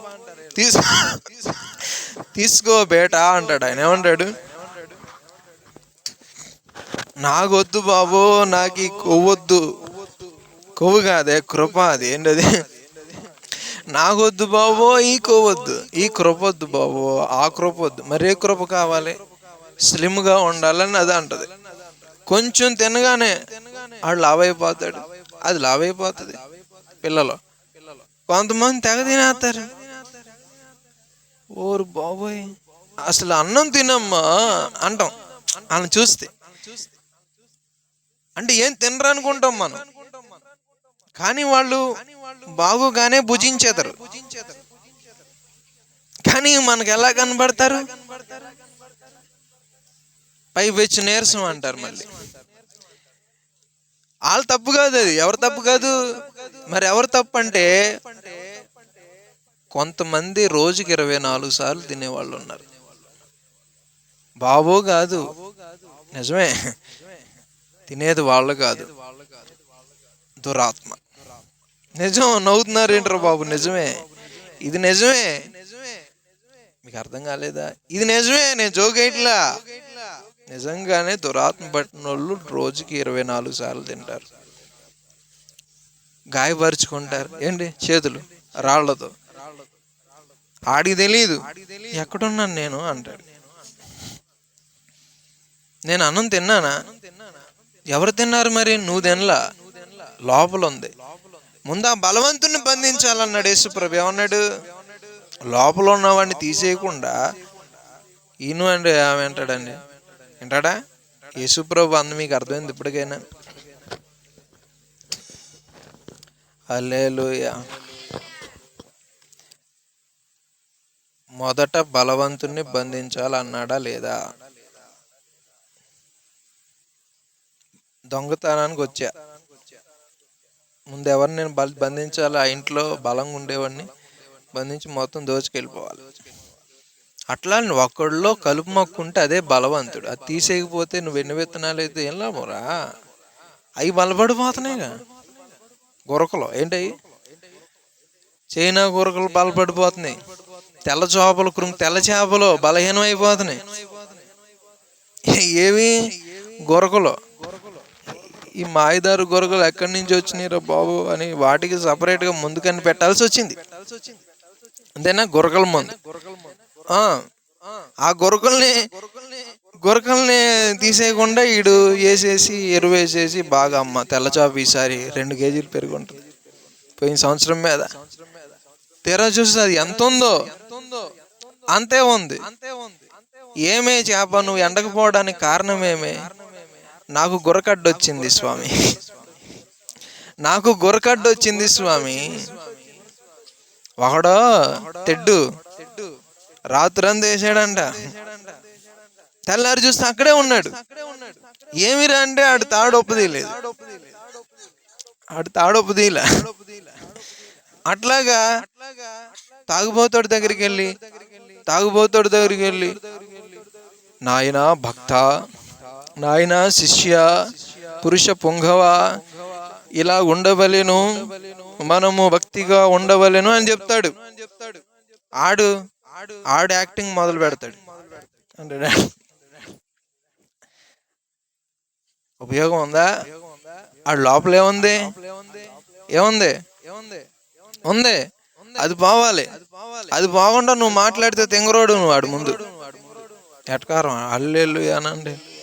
మీకు అర్థమైందో లేదో? అలాగా వాళ్ళలో ఉన్నటువంటి ఆ పైత్యాన్ని తీయకుండా, రోగాన్ని తీయకుండా, చికెన్, మటన్, బీఫ్ చెప్పండి నువ్వు బాగా పెట్టు, అప్పుడు ఆ జబ్బు పెరిగిపోద్ది, ఈడు చచ్చిపోతాడు. తీసేయాలా వద్దా జబ్బుని? తీసేయకుండా వాక్యం వినండి, ప్రార్థన చేసుకోండి. నా దగ్గరికి రామాకండి, మీ ప్రార్థన మీరు చేసుకోండి. ఏం చేసుకోవాలరా? మీ ప్రార్థన మీరు చేసుకోండి. యూ ఫుల్ రాస్కెల్, ప్రార్థన చేస్తావు నువ్వు వాళ్ళకి అన్నారు. అర్థమైందా? త్రోవ పక్కన నేలని ఏం చేయాలి? గట్లేసి దున్నాలి. ముళ్ళ తప్పులుంటే పీకాలి. రాతి నేల అయితే దున్నాలి. ఈమెం చేస్తుండే, I rascal you bloody fool, విత్తనాలు అంటాడేంటి? విత్తనాలు విత్తాలంటే ఏం చేయాలరా చెప్పండి మరి? ఏం చేయాలి? దున్నాలి, రాతి నేలను దున్నాలి, ముళ్ళు తీసేయాలి. నేను ఎవరిని విమర్శించట్లా, అందరి గురించి చెప్తున్నా. ఒక్కడే లేడు. మీరు ఓపెన్ చేసి చూడండి, యూట్యూబ్, అందరూ వెళ్ళే ఉన్నారు. ఎవరు ప్రార్థన వాళ్ళు చేసుకోవడానికి లోపల దైవం ఉంటే ఆడేం చేసుకుంటాడు? దయ్యం ప్రార్థన చేస్తుందా? ఏమని చేస్తుంది దయ్యం ప్రార్థన చేస్తే? దేవా ఆ పందులలోనికి నన్ను పోనిమ్ము అని. చేసినయా లేవా? అవేమంటే నేను వదిలి వెళ్ళిపోతున్నాను అంటదా అది? దేవా నన్ను నన్ను నన్ను సుశీలలోనికి పోనిమ్ము అంట. అప్పుడు ఆయన ఆ ప్రార్థన. సో అందుకని నేనేమన్నానంటే, ముందు ఆడలో దైవం ఉన్నప్పుడు, దురాత్మ ఉన్నప్పుడు ఆడెందుకు వాక్యం వింటాడు, ఎందుకు ఫలిస్తుంది? విరిగి నలిగిన హృదయం అంటే భూమి నెరలు విడిచి దున్నినప్పుడు మెత్తగా అయిపోద్ది కదా, అప్పుడు విత్తనాలు విత్తుతాడా, లేదంటే పొడి నేల మీద చల్లి వెళ్ళిపోతారా చెప్పండి? దున్నాలా అంటే విరిగి నలగాలి, దుఃఖం రావాలి. జబ్బు ద్వారానో, దేవుడు ఏదైనా బలహీనత పెడితేనో, ఇది అవమానం ద్వారానో, మొత్తానికి వాడు పొగరు తగ్గాలి, దీన మనసు రావాలి, తగ్గింపు రావాలి, గొంతులో వాయిస్ ఏమవ్వాలి, తగ్గాలి. అప్పుడు విత్తనాలు విత్తాలి. అలా కాకుండా విత్తితే ఉపయోగం లేదనేది మనకు అర్థం అవ్వాలి. కాడికి అలవాటు కాని కోడి అనండి అమ్మా, చెప్పండి. కాడికి అలవాటు కాని కోడే అనండి. కాడికి అలవాటు కాని, కాడంటే ఏంటి? ఎద్దుల బండి. దానికి అలవాటు కాని కోడంటే ఏంటి? ఇయే మన ఎద్దులు, కొత్త ఎద్దులు ఉంటాయి కదా, అలవాటు పడవు. అది దెబ్బలకు లోబడినట్లు అంటాడు. అది పెట్టుకోదు, వీపు మీద పెట్టుకోదు. అప్పుడు ఏం చేస్తాడు? తీసుకొని కొట్టినప్పుడు ఏమవుద్ది? ఈ దెబ్బల కంటే ఈ కాడి నయం. దెబ్బల ద్వారా అదే అంటాడు, గారం గంజిగడి తీపి దెబ్బలు గేడ్చిందంట. వాళ్ళకి దెబ్బలో పడితే లైన్లోకి వస్తాడు. అట్లా కొంతమందికి స్వరం అట్లా వెళ్ళిపోద్ది. ఎలా? అట్లా వెళ్ళిపోద్ది. 4 రోజులు తిండి మానేసి ఎట్లా పడిపోద్ది. మీ అందరికి అర్థమైందా? ఏదైనా జబ్బు వస్తే. సో నీలో సౌండ్ పెరుగుతున్న ప్రతిసారి దేవుడు ఏం చేస్తాడు? సౌండ్ తగ్గిస్తాడు. ఏం చేస్తాడు? అప్పుడు సౌండ్ తగ్గుద్ది. మాటలు మర్యాదగా రాని అంటే రానివ్వరు. వాళ్ళు ఎప్పుడు మర్యాదగా వస్తాయి అంటే, మర్యాదగా మాటలు ఎప్పుడు వస్తాయి అంటే, ఎప్పుడు వస్తాయి? వాయిస్లో సౌండ్ పెంచుతున్నారా మీరు? పెంచకూడదు. మీ చేతుల్లో లేదు, అది దేవుడి చేతుల్లో ఉంది. ఆయన కంట్రోల్ చేస్తాడు. ఆయన కంట్రోల్ చేసేటప్పుడు కంట్రోల్ చేయొద్దు అనమాకండి. జబ్బులు వస్తాయి, భరించండి. నేను మాట్లాడేటప్పుడు కొంతమంది మధ్యలో మాట్లాడతారు. వాళ్ళకి చెప్పలేము, నన్ను మాట్లాడితే కల్లా వాళ్ళే మాట్లాడేస్తారు. నాయన చూసుకోయా అంట నేను. వాళ్ళు మాటినరు. మాట్లాడుటకు నిదానించండి, వినుటకు ఏం చేయాలంట? అలా వింటలేదంటే అర్థం ఏంటి? వాళ్ళు వినిపిస్తాడు. వాళ్ళు హల్లెలూయా చెప్పండి. మీ అందరికి బాగా అర్థమైందా? మొదట మనలో ఉన్నటువంటి రోగాన్ని తీయకుండా ఆహారం పెట్టడం అవివేకం. మంచి నేలో కాదో చూసుకోకుండా విత్తడం నష్టం. అన్ని నేలల్లో పంట ఒకేలాగా పండదు. భూసారం అన్ని చోట్ల ఒకేలాగా, అందరి హృదయాలు ఒకేలాగా ఉండవు. కాబట్టి మనుషులను చూసుకొని వారికి తగ్గట్లుగా నడుచుకోవాలి. కానీ పిడుక్కు బియ్యానికి ఒకే మంత్రం అంటే కుదురుద్దా? అది మీకు ఇప్పుడు బాగా అర్థమైందా? హల్లెలూయా. ఫలించాలంటే ఏం చేయాలరా? ముందు ఆ నేలను సరిచేయండి అమ్మా. విత్తనాల్లో తేడా లేదు, అన్నీ స్వర్ణ బియ్యమే. బాస్మతిని ఏమంటారు? బియ్యమేనా? అన్నీ బాస్మతి. మరి ఎందుకు పండట్లేదు? నువ్వు బాస్మతి వేసినా సరే నేల మంచిది కానప్పుడు అది తీసుకోదు. పందులు ఎదుట ముత్యాలు చెప్పాలి. పందులు ఎదుట ముత్యాలు వేస్తే ఏమవుద్ది? తొక్కేం చేస్తాయి? ఇంకా వేసాడని ఆ ముత్యాలు తీసుకొని ఏ డైమండ్, ఏ ముత్యాల హారం చేపించుకోదు. అది అసలు పందికేం తెలుసురా ముత్యం విలువ? వివేకము లేని సుందర స్త్రీ అనండి.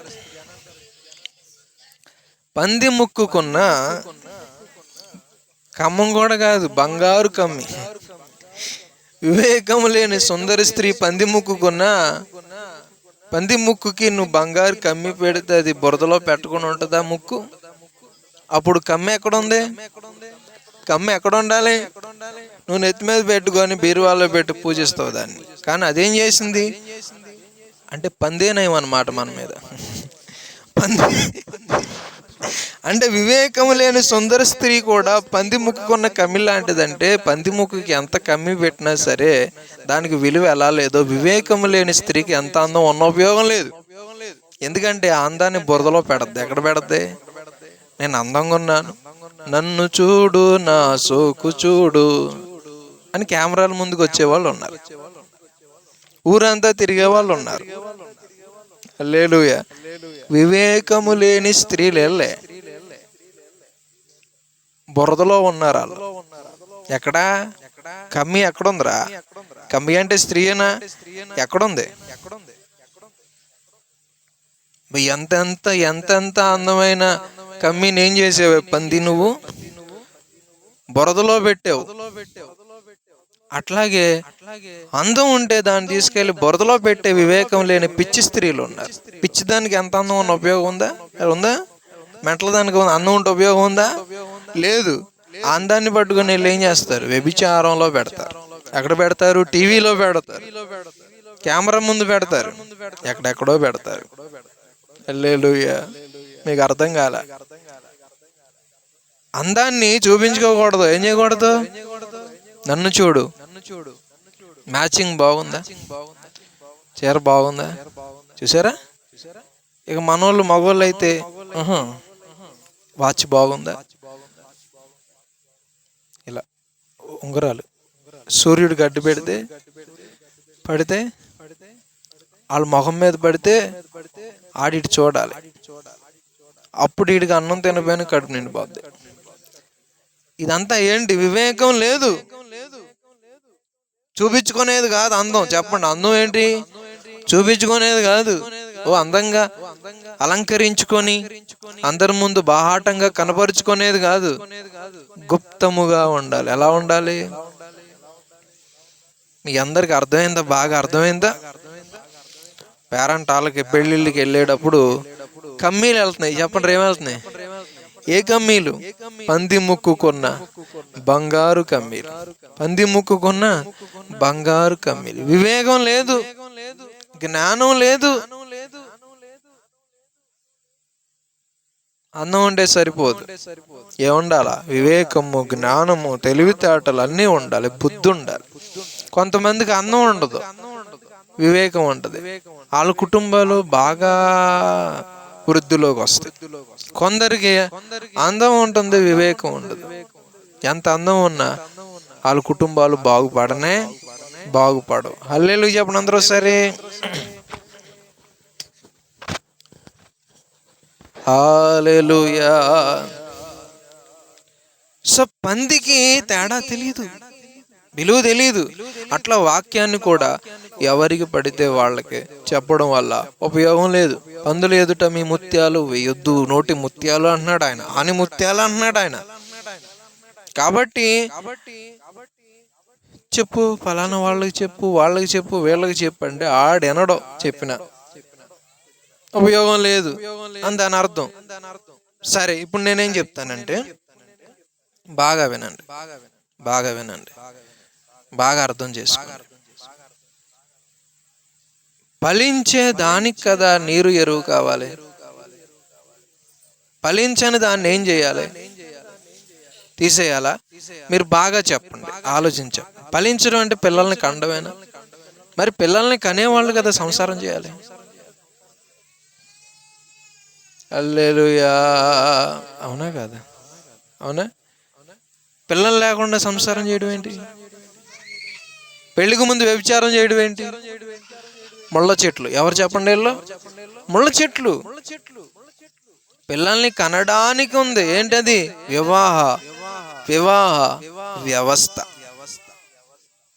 హల్లెలూయా. బాగా వినండి.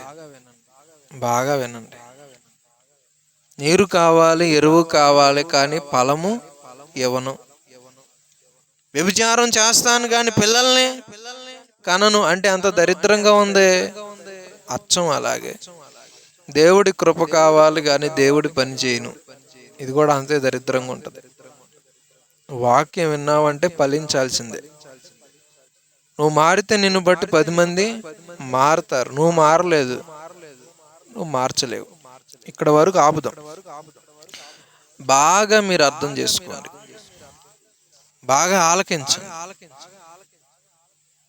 నీ నివాసం భూసారం లేక ఆకాశపు మంచు లేక అని తిట్టాడు. ఎవరిని? ఏశావుని. ఏశావుని ఇప్పుడు దీవించమంటారు. ఇప్పుడు కూడా మీరు ఇప్పుడు బాగా వినండి. ఇస్సాకు ఆశీర్వదించాడా? ఆశీర్వాదం అంతా ఏంటి? అంత పంటే. ఆశీర్వాదం అంతా కూడా ఏంటి? అంత పంట, అంత దీవెన, అంత ఆహారమే, అంత భూసారమే ఆశీర్వాదం. ఇస్సాకు దీవించింది అదే. దేవుడు కూడా దీవించింది భూమిని, పక్షుల్ని. భూమిలో నుంచే కదా వచ్చే పక్షులు, ఇవన్నీ కూడా జంతువులన్నీ కూడా దీవించాడు దేవుడు భూమిని. తర్వాత శపించాడు. మొదట దీవించాడు, తర్వాత శపించాడు. శాపం అంటే ఏంటో తెలుసా? భూసారం లేకపోవడమే శాపం అనేది. ఇప్పుడు మీకు అర్థమైందా? దేవుడు కూడా ముళ్ళతుప్పలు మొలిపించడాన్ని శపించడం అని ఉంది బైబిల్లో. ఇస్సాకు కూడా ఏశావుని శపించాడు. అంటే భూసారం ఉండదని చెప్పాడు. ఆకాశపు మంచు ఉండదు అన్నాడు. నువ్వు మీ తమ్ముడికి దాసుడు అవుతావు అని చెప్పాడు. ఇస్సాకు దీవించాడా లేదా? చేని సువాసనలా ఉందన్నాడా లేదా?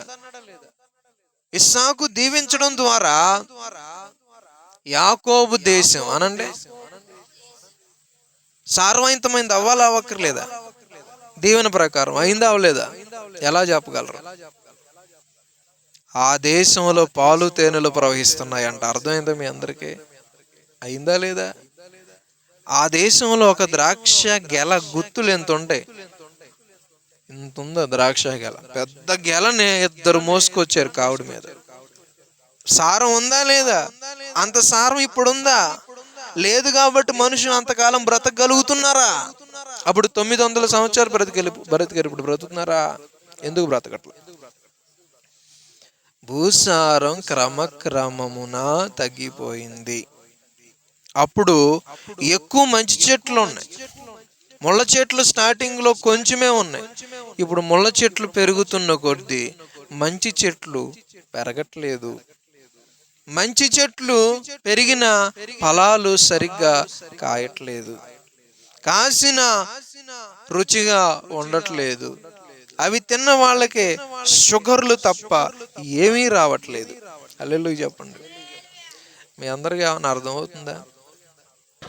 హల్లెలూయా, హల్లెలూయా. షుగర్ ఎప్పుడు వస్తుందో చెప్పా మీకు. సారవంతమైన గోలికాయ అంత ఉండేదంటే ఏంటిది? గోధుమ గింజ. ఆ గోలికాయ అంత ఉండే గోధుమ గింజ ఇప్పుడు ఎంత ఉంది?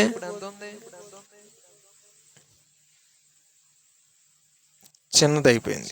ఇది వరకు గోలికాయ అంత ఉండే గోధుమ గింజలు. అంత సారం ఇప్పుడు ఉందా? పోనీ అది ఇప్పుడు తింటే అరుగుద్ది, చాలా లేటుగా అరుగుద్ది. బలంగా ఉంటారు. కానీ ఆ బలమైన ఆహారం, ఆ ముడి బియ్యం కానీ, మంచి గోధుమలు కానీ, ఆ సారవంతమైన ఆహారం, బలమైన ఆహారం తినకుండా పాలిష్ చేస్తారు. ఇప్పుడు పాలిష్ చేసి ఆ పైనుండే పోషక పదార్థాలన్నీ తీసేసి త్వరగా అరిగిపోయేటట్లుగా బియ్యమును పాలిష్ చేస్తే, మరపట్టిస్తే ముడి బియ్యం కాస్త ఏమైనా మామూలు బియ్యం అయ్యాయి. అవి తింటే తొందరగా అరిగిపోయి షుగర్ అనేది కావాలి మనకి. షుగర్ ఏం కావాలి? మనకి కావాలి. షుగర్ లేకపోతే నిలబడలేం, మాట్లాడలేం. షుగరు, గ్లూకోజ్ అనండి. తాగారు ఎప్పుడైనా? ఎందుకు తాగారు? నీరసంగా ఉన్నప్పుడు గ్లూకోజ్ తాగితే షుగర్ వచ్చేద్దిగా. నీరసంగా ఉన్నప్పుడు గ్లూకోజ్ ఎందుకు తాగారు? షుగరే గ్లూకోజ్. మరి ఎందుకు తాగారు? నీరసంగా ఉన్నప్పుడు ఎందుకు తాగారు అంటే నీరసం పోవాలంటే షుగర్ కావాలి. అర్థమైంది మీకు? షుగర్ వల్లే నీరసం తగ్గుతుంది, అందుకే ఓఆర్ఎస్లు మీరు తాగుతారు. కానీ ఎక్కువ షుగర్ వచ్చేస్తే, ఎక్కువ తాగేస్తే అదే షుగర్ అయిపోతుంది. తక్కువ ఉండకూడదు. చాక్లెట్లు తింటారు షుగర్ వచ్చిన వాళ్ళు, తెలుసా మీకు? ఎందుకని? తక్కువ అవ్వకూడదు. అర్థమైంది మీ అందరికి? మరి ఎప్పుడు ఎక్కువైపోద్ది? తొందరగా తిన్నది అరిగిపోతే నీకు 50 గ్రాముల షుగర్ కావాలనుకుంది, 100 గ్రాములు వచ్చిందనుకో, 50 గ్రాములే నీకు పనిచేస్తే ఖర్చు అవుద్ది. ఎక్స్ట్రాగా ఉన్నదే షుగర్ జబ్బు. అదే ముడి బియ్యం, బలమైన గోధుమలు అయి తింటే తొందరగా అరగవు. అవి నిదానంగా అరుగుతాయి. నువ్వు పని చేసుకుంటావు, నిదానంగా అరుగుతాయి. తొందరగా అరిగిపోయి తినేయడం అలవాటైంది. ఇడ్లీ రవ్వలో ఇడ్లీలు, ఈ గోధుమ పిండిని బాగా పాలిష్ చేస్తే మైదా వస్తుంది, తెలుసా మీకు? అదే మైదా అంటే. ఈ మరపట్టించేసి పైపైన గడ్డి తింటున్నారు, అయ్యే షుగర్ వచ్చి. సారం లేని ఫుడ్ తినడం ద్వారా నీకు బలం రాదు, షుగర్ లాంటి జబ్బులు వస్తాయి. భూసారం తగ్గిపోవడం ద్వారా జబ్బులు పెరిగితే మరణాలు వస్తాయా రావా? తొందరగా చేస్తారు చావరా? అందుకని అప్పుడు 900 సంవత్సరాలు బ్రతికారు. ఇప్పుడు మనం ఎన్ని సంవత్సరాలు బ్రతుకుతున్నాం? ఎన్ని సంవత్సరాలు? ఎందుకు తగ్గింది? భూసారం తగ్గింది. భూసారం తగ్గితే జీవం తగ్గుతుందా లేదా? ఆయుష్ తగ్గుతుందా లేదా? ఆయుష్ తగ్గడమే శాపం. అందరికి అర్థమైంది అనుకుంటున్నా. మరణం శాపం, జీవం ఆశీర్వాదం. ఇప్పుడు ఆయుష్ తగ్గితే మరణం వస్తుందంటే ఏం వస్తున్నట్లు? శాపం వస్తుంది. ఆ శాపం అంటే ఏంటి? భూమిలో సారం లేకపోవడమే శాపం, భూమిలో ముళ్ళు మొలవడమే శాపం. మంచి చెట్లకు వెళ్లాల్సిన నీరు, ఎరువు, గచ్చపోదలు పీల్చుకోవడమే శాపం. నేనేం తెలుస్తున్నాను చివరికంటే, దేవుడు బిడ్డలారా, నీతిగా బ్రతికినోళ్ళు మంచి చెట్లు, అవినీతి పరులు ముళ్ళ తొప్పలో. ఆ ముళ్ళ తొప్పలకే ఆశీర్వాదం చెందకూడదు. ఒకవేళ చెందాలి అంటే రెండూ కలిసి బ్రతకడం సాధ్యం కాదు, ఎందుకంటే ఎరువు సరిపోదు. మీకు ముందు నుంచి చెప్తున్నా, మొదట్లో ఉన్న ఎరువు ఇప్పుడు లేదు, భూసారం ఇప్పుడు లేదు, మొదట్లో ఉన్నది ఇప్పుడు తగ్గిపోయింది. అందుకే సాల్వా దార్వాన్ని అడిగింది నేను, అదే క్రమక్రమంగా తగ్గిపోతూ వచ్చింది. ఒక ఆమె ఏం చెప్పండి అందరూ? ఆమెనంటే అయిపోయిందనా? హల్లెలూయా.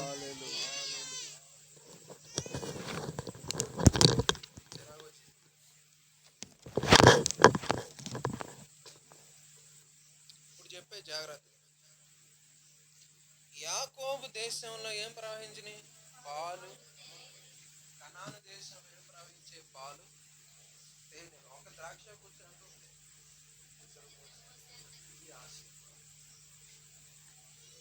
ఏశావు దేశంలో ఆశీర్వాదం ఉందా అంటే, ఏశావు దేశంలో ఆశీర్వాదం, రక్తం ప్రవహించింది.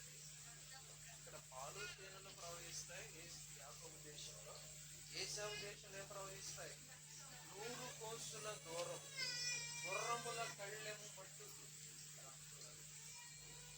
అది ఏశావు దేశమే. అది రాకల్లో జరిగేది అదే. ఏది ఆశీర్వాదం?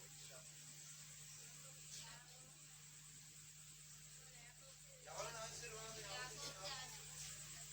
శాపం ఎవరిని? ఆశీర్వాదం ఎవరిది? ఎవరు శాపగ్రస్తులు? బలమైన ఆవులు, బలహీనమైన ఆవులు. యోసేపు కాలంలో 7 సంవత్సరాలు పంట పండిందా? అప్పుడు దాన్ని ఎలా చూపించారు? 7 బలమైన ఆవులు గుడ్లొచ్చాయి,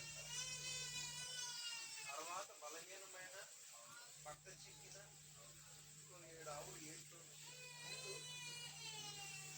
ఏట్లో నుంచి బలమైన ఆవులు పైకి, అవి వచ్చిన కాసేపటికి అవి 7, ఇంకొక 7 వికారంగా బక్కగా ఉన్న 7 ఆవులు. ఈ బక్కగా ఉన్న 7 ఆవులు బలమైన ఆవులను మింగేశాయి.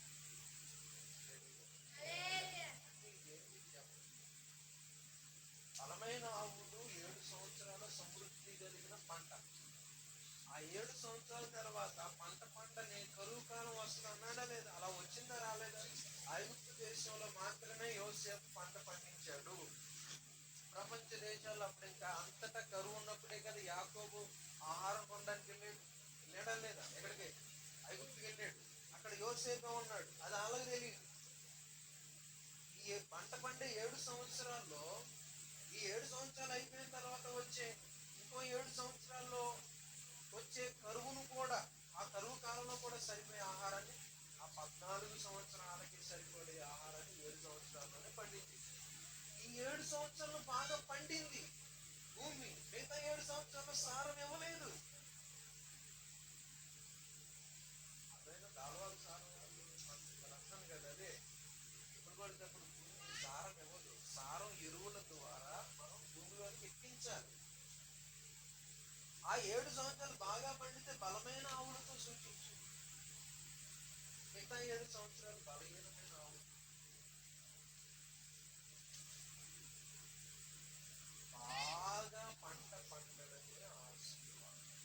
ఇస్సాకు ఆ సంవత్సరం విత్తనములు వేసి 100 ఫలము పొందెను. ఉందా? 100 ఫలము.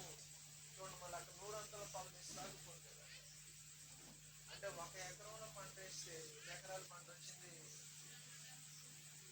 100. కొంతమందికి పిల్లలు పుట్టరు, అది శాపం. పుడితే రాయలు పుట్ల లేక పుట్టారు. భూమికి బాగా పంట పండిన భూమి స్త్రీలకు మంచిగా సంతానం కలిగిన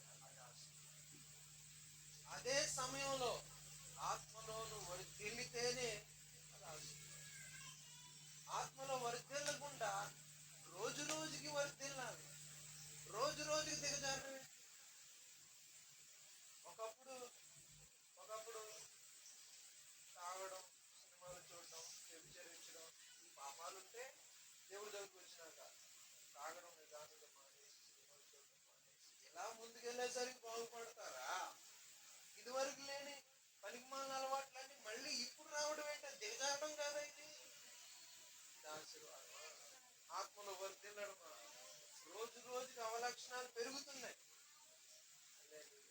ఎప్పుడు పెరుగుతాయి? ఇప్పుడు ఆశీర్వదించబడతాయి. భూమిలో చెట్టుంటే వేర్లకు నీరు అందుతే అదేమవుతుంది? ఫలిస్తుంది. భూమి నుంచి వేరు చేస్తే, పెరిగి వేస్తే ఫలిస్తుందా? మరి సంఘ సహవాసములో, ఉపదేశములో, వాక్యములో మీరు ఎల్లప్పుడూ కూడా నీరు కట్టబడినట్లు నీరు కట్టిన తోట ఎలా ఉంటుందో అట్లా అపోస్తలుల బోధ, రొట్టె విరుచుట, ప్రార్థన చేయుట, సహవాసమందు ఎడతెగక ఉంటేనే ఫలిస్తుంది. చెట్టు భూమిలో ఉంటేనే ఫలిస్తుంది, వేరైపోతే ఫలించదు. చేతులు శరీరంలో ఉంటేనే ఫలిస్తాయి, ఎదుగుతాయి.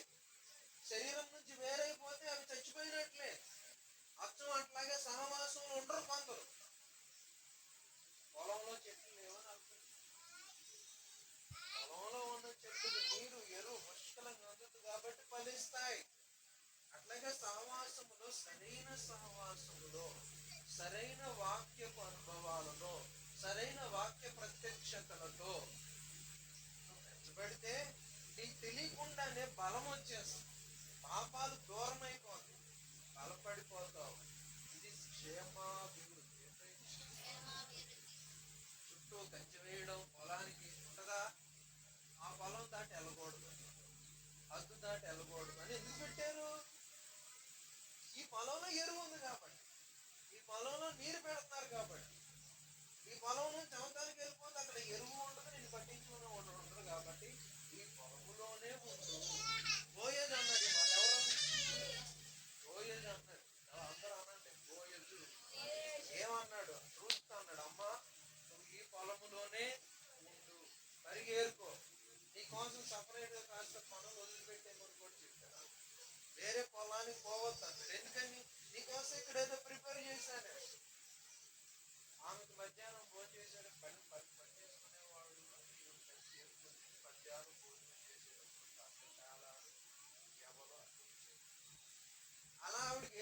చేయాలనుకున్నాడు కాబట్టి నువ్వు ఇక్కడ ఉండు.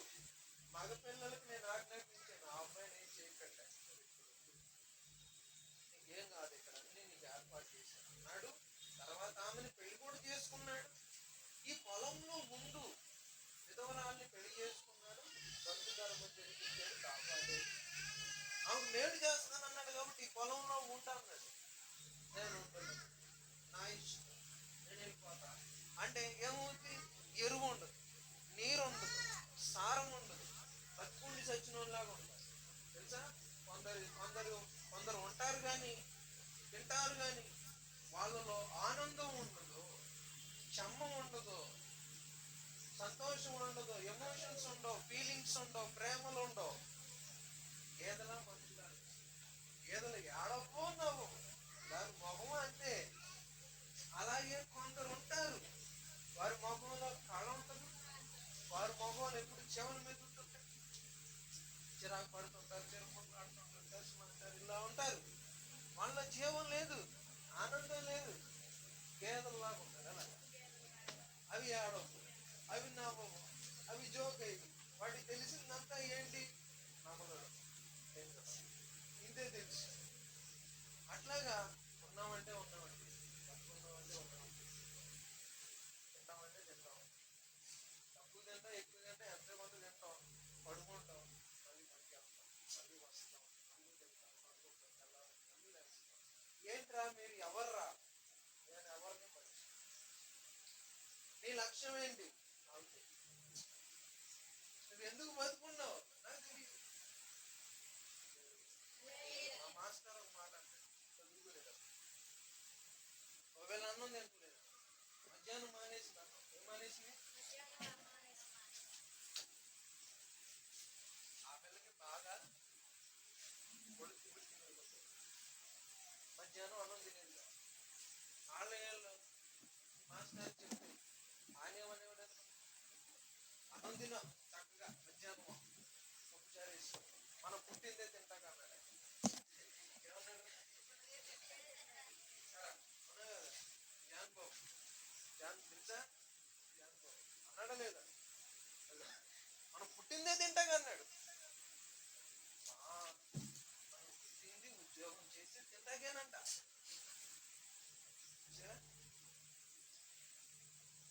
బట్టలు వేసుకున్నావు, తిను. గేదెలు ఉంటాయా బట్టలు? కోతులు ఉంటాయా? మరి ఎందుకు వేసుకున్నావు బట్టలు? సిగ్గుందా లేదా? సిగ్గు ఉంది మనిషికి, గేదెలు ఉండదు. గేదెలు సిగ్గు ఉంటుందంటే ఆదామావులు కూడా జంతువులాగే ఉన్నారు. స్టార్టింగ్ లో సిగ్గు లేదు వాళ్ళకి. పండు తిన్న వెంటనే ఫీలింగ్స్ వచ్చినాయి. సిగ్గు అనే ఫీలింగ్ వచ్చింది, కోపం అనే ఫీలింగ్ వచ్చింది, దుఃఖం అనే ఫీలింగ్ వచ్చింది, ప్రేమ అనే ఫీలింగ్ వచ్చింది. ఇవన్నీ వచ్చినాయి, తెలిసినాయి అవన్నీ. తింటాగే అంటే బాగానే ఉంది. మావాడు ఉన్నాడు, ఆడికి నిద్ర ఉందా? ఆడికి ఏం కావాలి? ఏం కావాలి చెప్పండి? ఆడికి బాగా తీయగా ఉండే డ్రింక్స్ కావాలి, బాగా రోజు వాటి రుచిగా అనిపించే ఫుడ్ కావాలి. తింటాడు అరిగేదాకా. ఒంటి మీద బట్టలు ఉన్నాయా లేవా అడిగామని తెలుసుదా? అట్లా ఉన్నారు ఆదామావలు. జంతువులు కూడా అలాగే ఉంటాయి ఆడలాగా. మనం అలా ఉన్నామా? ఎందుకని? మనలోకి ఏమొచ్చింది? ఫీలింగ్స్ వచ్చింది. ఆత్మకు అంటే ఈ ఫీలింగ్స్, శరీరానికి ఆత్మ ఉంటుంది, ఆత్మకు మాత్రం గౌరవం కావాలి, పరిశుద్ధత కావాలి అని ఉంటుంది. ఇవన్నీ కొందరిలో ఉన్నాయా? లేవు. ఉన్నామా? ఉన్నామా? చెప్తామా? మళ్ళీ తింటారు, మళ్ళీ కొట్టుకుంటారు, వెళ్ళాడుతుంది, మళ్ళీ పనికి వెళ్తారు, మళ్ళీ వస్తారు. ఏంట్రా ఇది? ఏం బతుకురా? ఇదా బతుకండి, ఇదా బతుకు. మన బతుకులు అలా ఉన్నాయండి. ఇదో నా దగ్గర బతుకు అలా ఉంటుంది. ఎందుకంటే మీరు తింటారు, పడుకుంటారు, పనికి వెళ్తారు, తెల్లారి మళ్ళీ రేపొద్దున అదే ఉండదు. రేపొద్దున మీరు ఏ పోలీస్ స్టేషన్లో ఉంటారు. హల్లెలూయా. ఏదో కష్టపడతారు, ఏదో ఒక శ్రమ పడతారు, ఏదో ఒక బాధలో ఉంటారు. ఎప్పుడు ఇలాగే ఉండరు. లైఫ్ అనేది ఎప్పుడు అలాగే ఉండదు. చెప్తారు.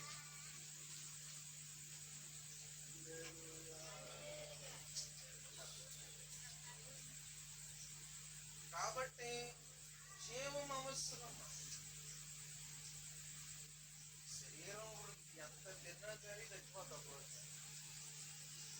మరి జీవం కావాలంటే ఏం చేయాలి? ఆత్మ ఉందా? మనుషుడు రొట్టె మూలంగానే బతుకుతాడా? దేవుడి నోట నుంచి వచ్చే ప్రతి మాట మూలంగా కూడా బతుకుతాడు. కానీ దాని అర్థం ఏంటి? రొట్టెను శరీరం తింటది, దేవుడి మాటని ఆత్మ తింటుంది. కాబట్టి నీకు నిత్య జీవం ఆత్మ ద్వారా వస్తుంది. కాబట్టి ఆత్మను మేపాలి. ఆత్మ ఏమి అంటే ఆత్మకి ఎక్కువ ఆహారం, వాక్యం, ప్రార్థన, ఆరాధన ఇవి ఉండాలి. శరీరాన్ని నువ్వు ఎంత తిన్నా సరే, నేను చెప్తున్నాను, షుగర్ వచ్చాను. వారానికి ఒకసారి ఎంతో సరిపోదు. ఎందుకంటే మీరు వారానికి ఒకసారి, రోజుకి 3 సార్లు 4 సార్లు 2 సార్లు ఎవరు ఓపిక కదా. మరి వాక్యం మాత్రం వారానికి ఒకసారి. అందులో కాసేపు ఇక్కడ వాడంటే మైండ్ ఎట్లా వెళ్ళిపోతుంది. రోజు వినాలి, రోజు వాక్యం వినాలి, రోజు బలపడాలి ఆత్మలో. నిన్న భోజనం చేసావు, ఈరోజు ఆ శక్తి ఉంటుందా?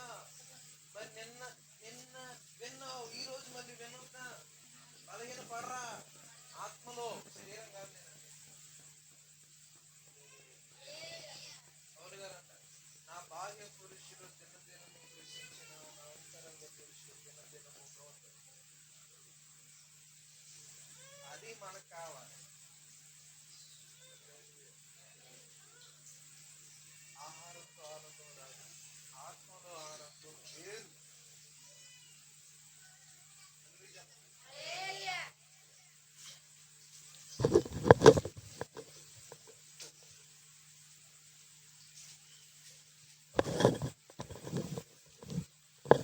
నా బాహ్య పురుషుడు నాటికి కృషించిపోయినా,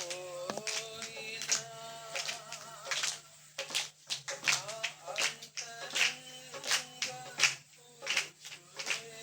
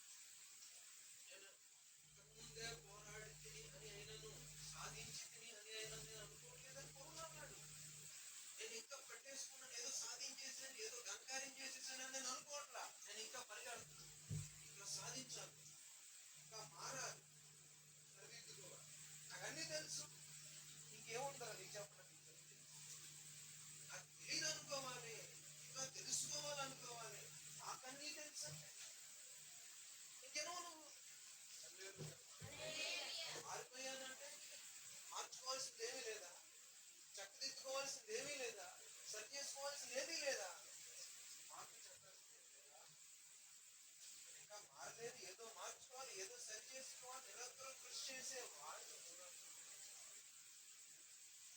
బాగానే ఉన్నారు. అయిపోయింది కానీ పండగ కాదు. దినము నేను చనిపోవచ్చున్నాను, దినము మార్పు చెందుతున్నాను, దినము నూతనమవుతున్నాను చెప్పగలరా? రోజు రోజు దిగజారిపోయే మీరు ఆ మాట మొదట్లో బాగా ప్రార్థన, తర్వాత తక్కువ ప్రార్థన, ఇంకా తక్కువ ప్రార్థన, ఇంకా తక్కువ ప్రార్థన, ఇక ప్రార్థనే లేదు. ఆదివారం వస్తారు, తర్వాత ఇక ఆదివారం కూడా లేదు. దినదినము ఇంప్రూవ్ అవ్వాలి, పెరుగుతూ వెళ్ళాలి. దినదినం తగ్గుతుందండి. స్టార్టింగ్ లో ఉడుకు బాగా విజయం, విజయం, తర్వాత తగ్గిపోతుంది కానీ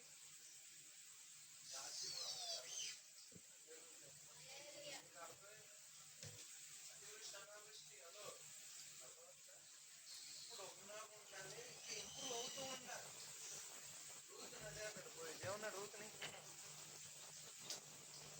రూతుని ఏమన్నాడు తెలుసా బోయేజు? రూతు గ్రంథంలో నీ వెనుకటి సత్ప్రవర్తన, నీ మునుపటి సత్ప్రవర్తన కంటే నీ వెనుకటి సత్ప్రవర్తన ఎక్కువైంది.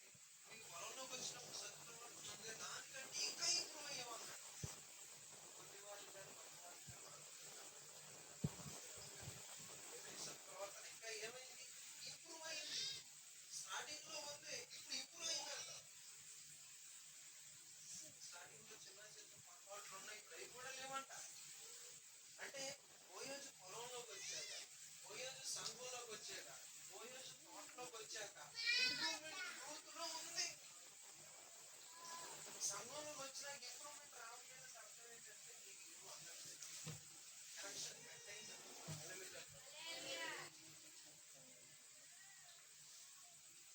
మీలో గుణమే చేసుకొని ఎంతో కొంత మారడం రోజు మీద పర్లా ఎంతో కొంత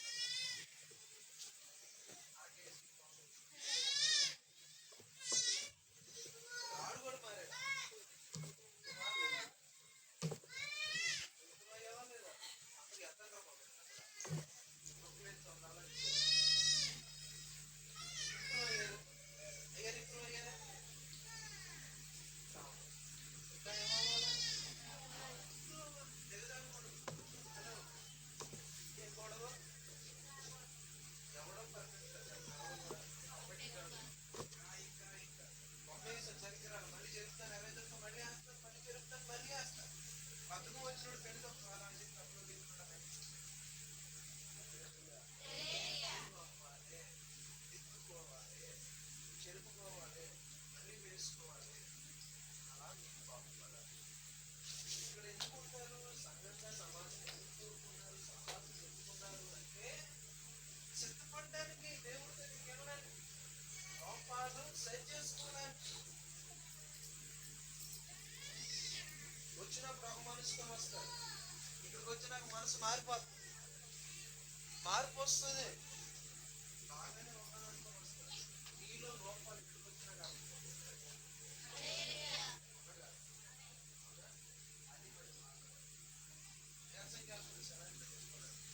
బలంగా వస్తున్నారు. ఇది కూడా అంతే, విశ్వాసంలో బలహీనతలో, పిరికితనంలో, అధైర్యంలో మునిగి ఉంటారు.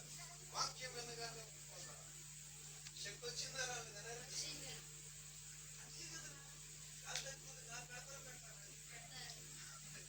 మీ గాలి తగ్గిపోయినప్పుడు ఏం చేయాలి? సంఘంలో గాలి బలం పొందాలి, శక్తి పొందాలి. అందుకు సహవాసం, పని పాట లేక రోజు చెప్తారు, రోజు వింటామండి ఏదది వాక్యం ఎంతకాలం వింటారు? రోజు తిండవేంటి అంటారు, రోజు తిండవేంటి అన్నావు ఎప్పుడైనా? నీకు మొత్తం ఉందా? రోజు తింటా ఉంటావు.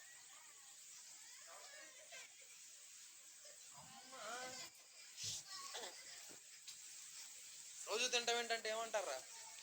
నీకు పొద్దుందా లేదా? రోజు నువ్వు తింటరా అంటారా? రోజు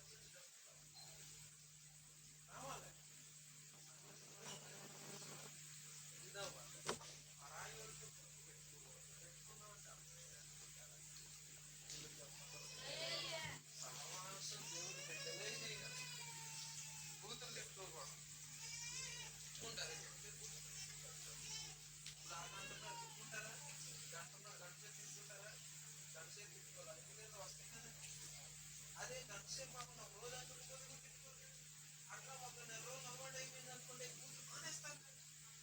సహవాసం చేస్తే అలవాటు అవ్వాలి, అలవాటు అవ్వాలి. అర్థమైంది, అర్థం కాలేదా? ఏమర్థమైంది? ఏంటి సహవాసం?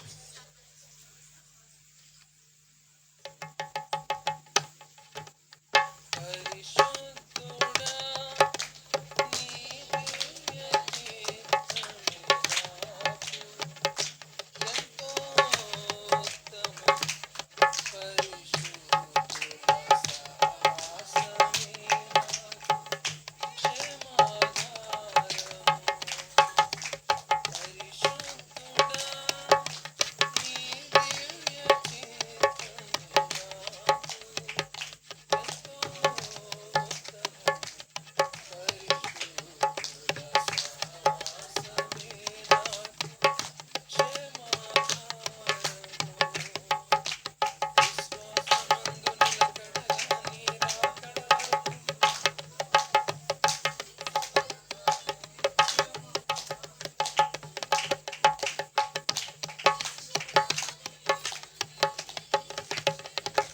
హల్లెలూయా. తెలియదు సెమినార్ పంపిస్తాను అంటారా? అంటారా?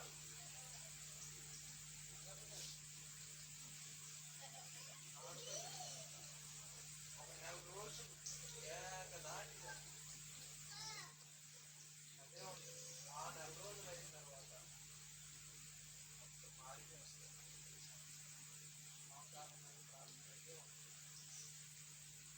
రావాలి, అప్పుడు మీకు అర్థమవుతుంది. మీకు అప్పుడు దాకా అలా చేద్దామని ట్రై చేస్తుంటే దేవుడి బిడ్డలారా ఏం జరుగుతుందనుకున్నారు? అలా చేయడం చాలా బాధ, చాలా విచారం, చాలా దుఃఖంతో నేను ఏం చెప్తున్నాను. సరిగ్గా దేవుడి బిడ్డలని దేవుడి సంఘంలో ఆత్మలో నడిపించడానికి పరిస్థితులు అనుకూలించుకోవడం ఎంతో విచారకరం, దుఃఖకరంగా ఉన్నది. ఆ పరిశుద్ధుల సహవాసం మీరు రుచి చూస్తే అప్పుడు మీకు అవసరం అప్పుడే మారుతారు. సహవాస దోషాలు లేవు. ఇదివరే పూర్తిగా చూపించారు.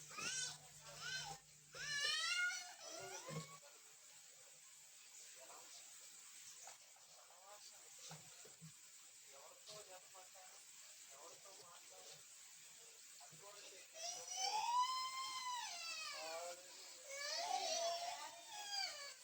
హల్లెలూయా. సహవాసం విలువ పొలంలో ఉన్న దీనికి సంబంధించి వచ్చేవాళ్ళు పొలం గురించి ఎక్కువ మాట్లాడుతున్నారండి. ఈసారి జీవనం జీవనం ఏంటి? పంట, ఆత్మ పంట. శరీరమును బట్టి విత్తువాడు శరీరమును బట్టి మరణం అనే పంట కోస్తాడు. ఆత్మను బట్టి విత్తువాడు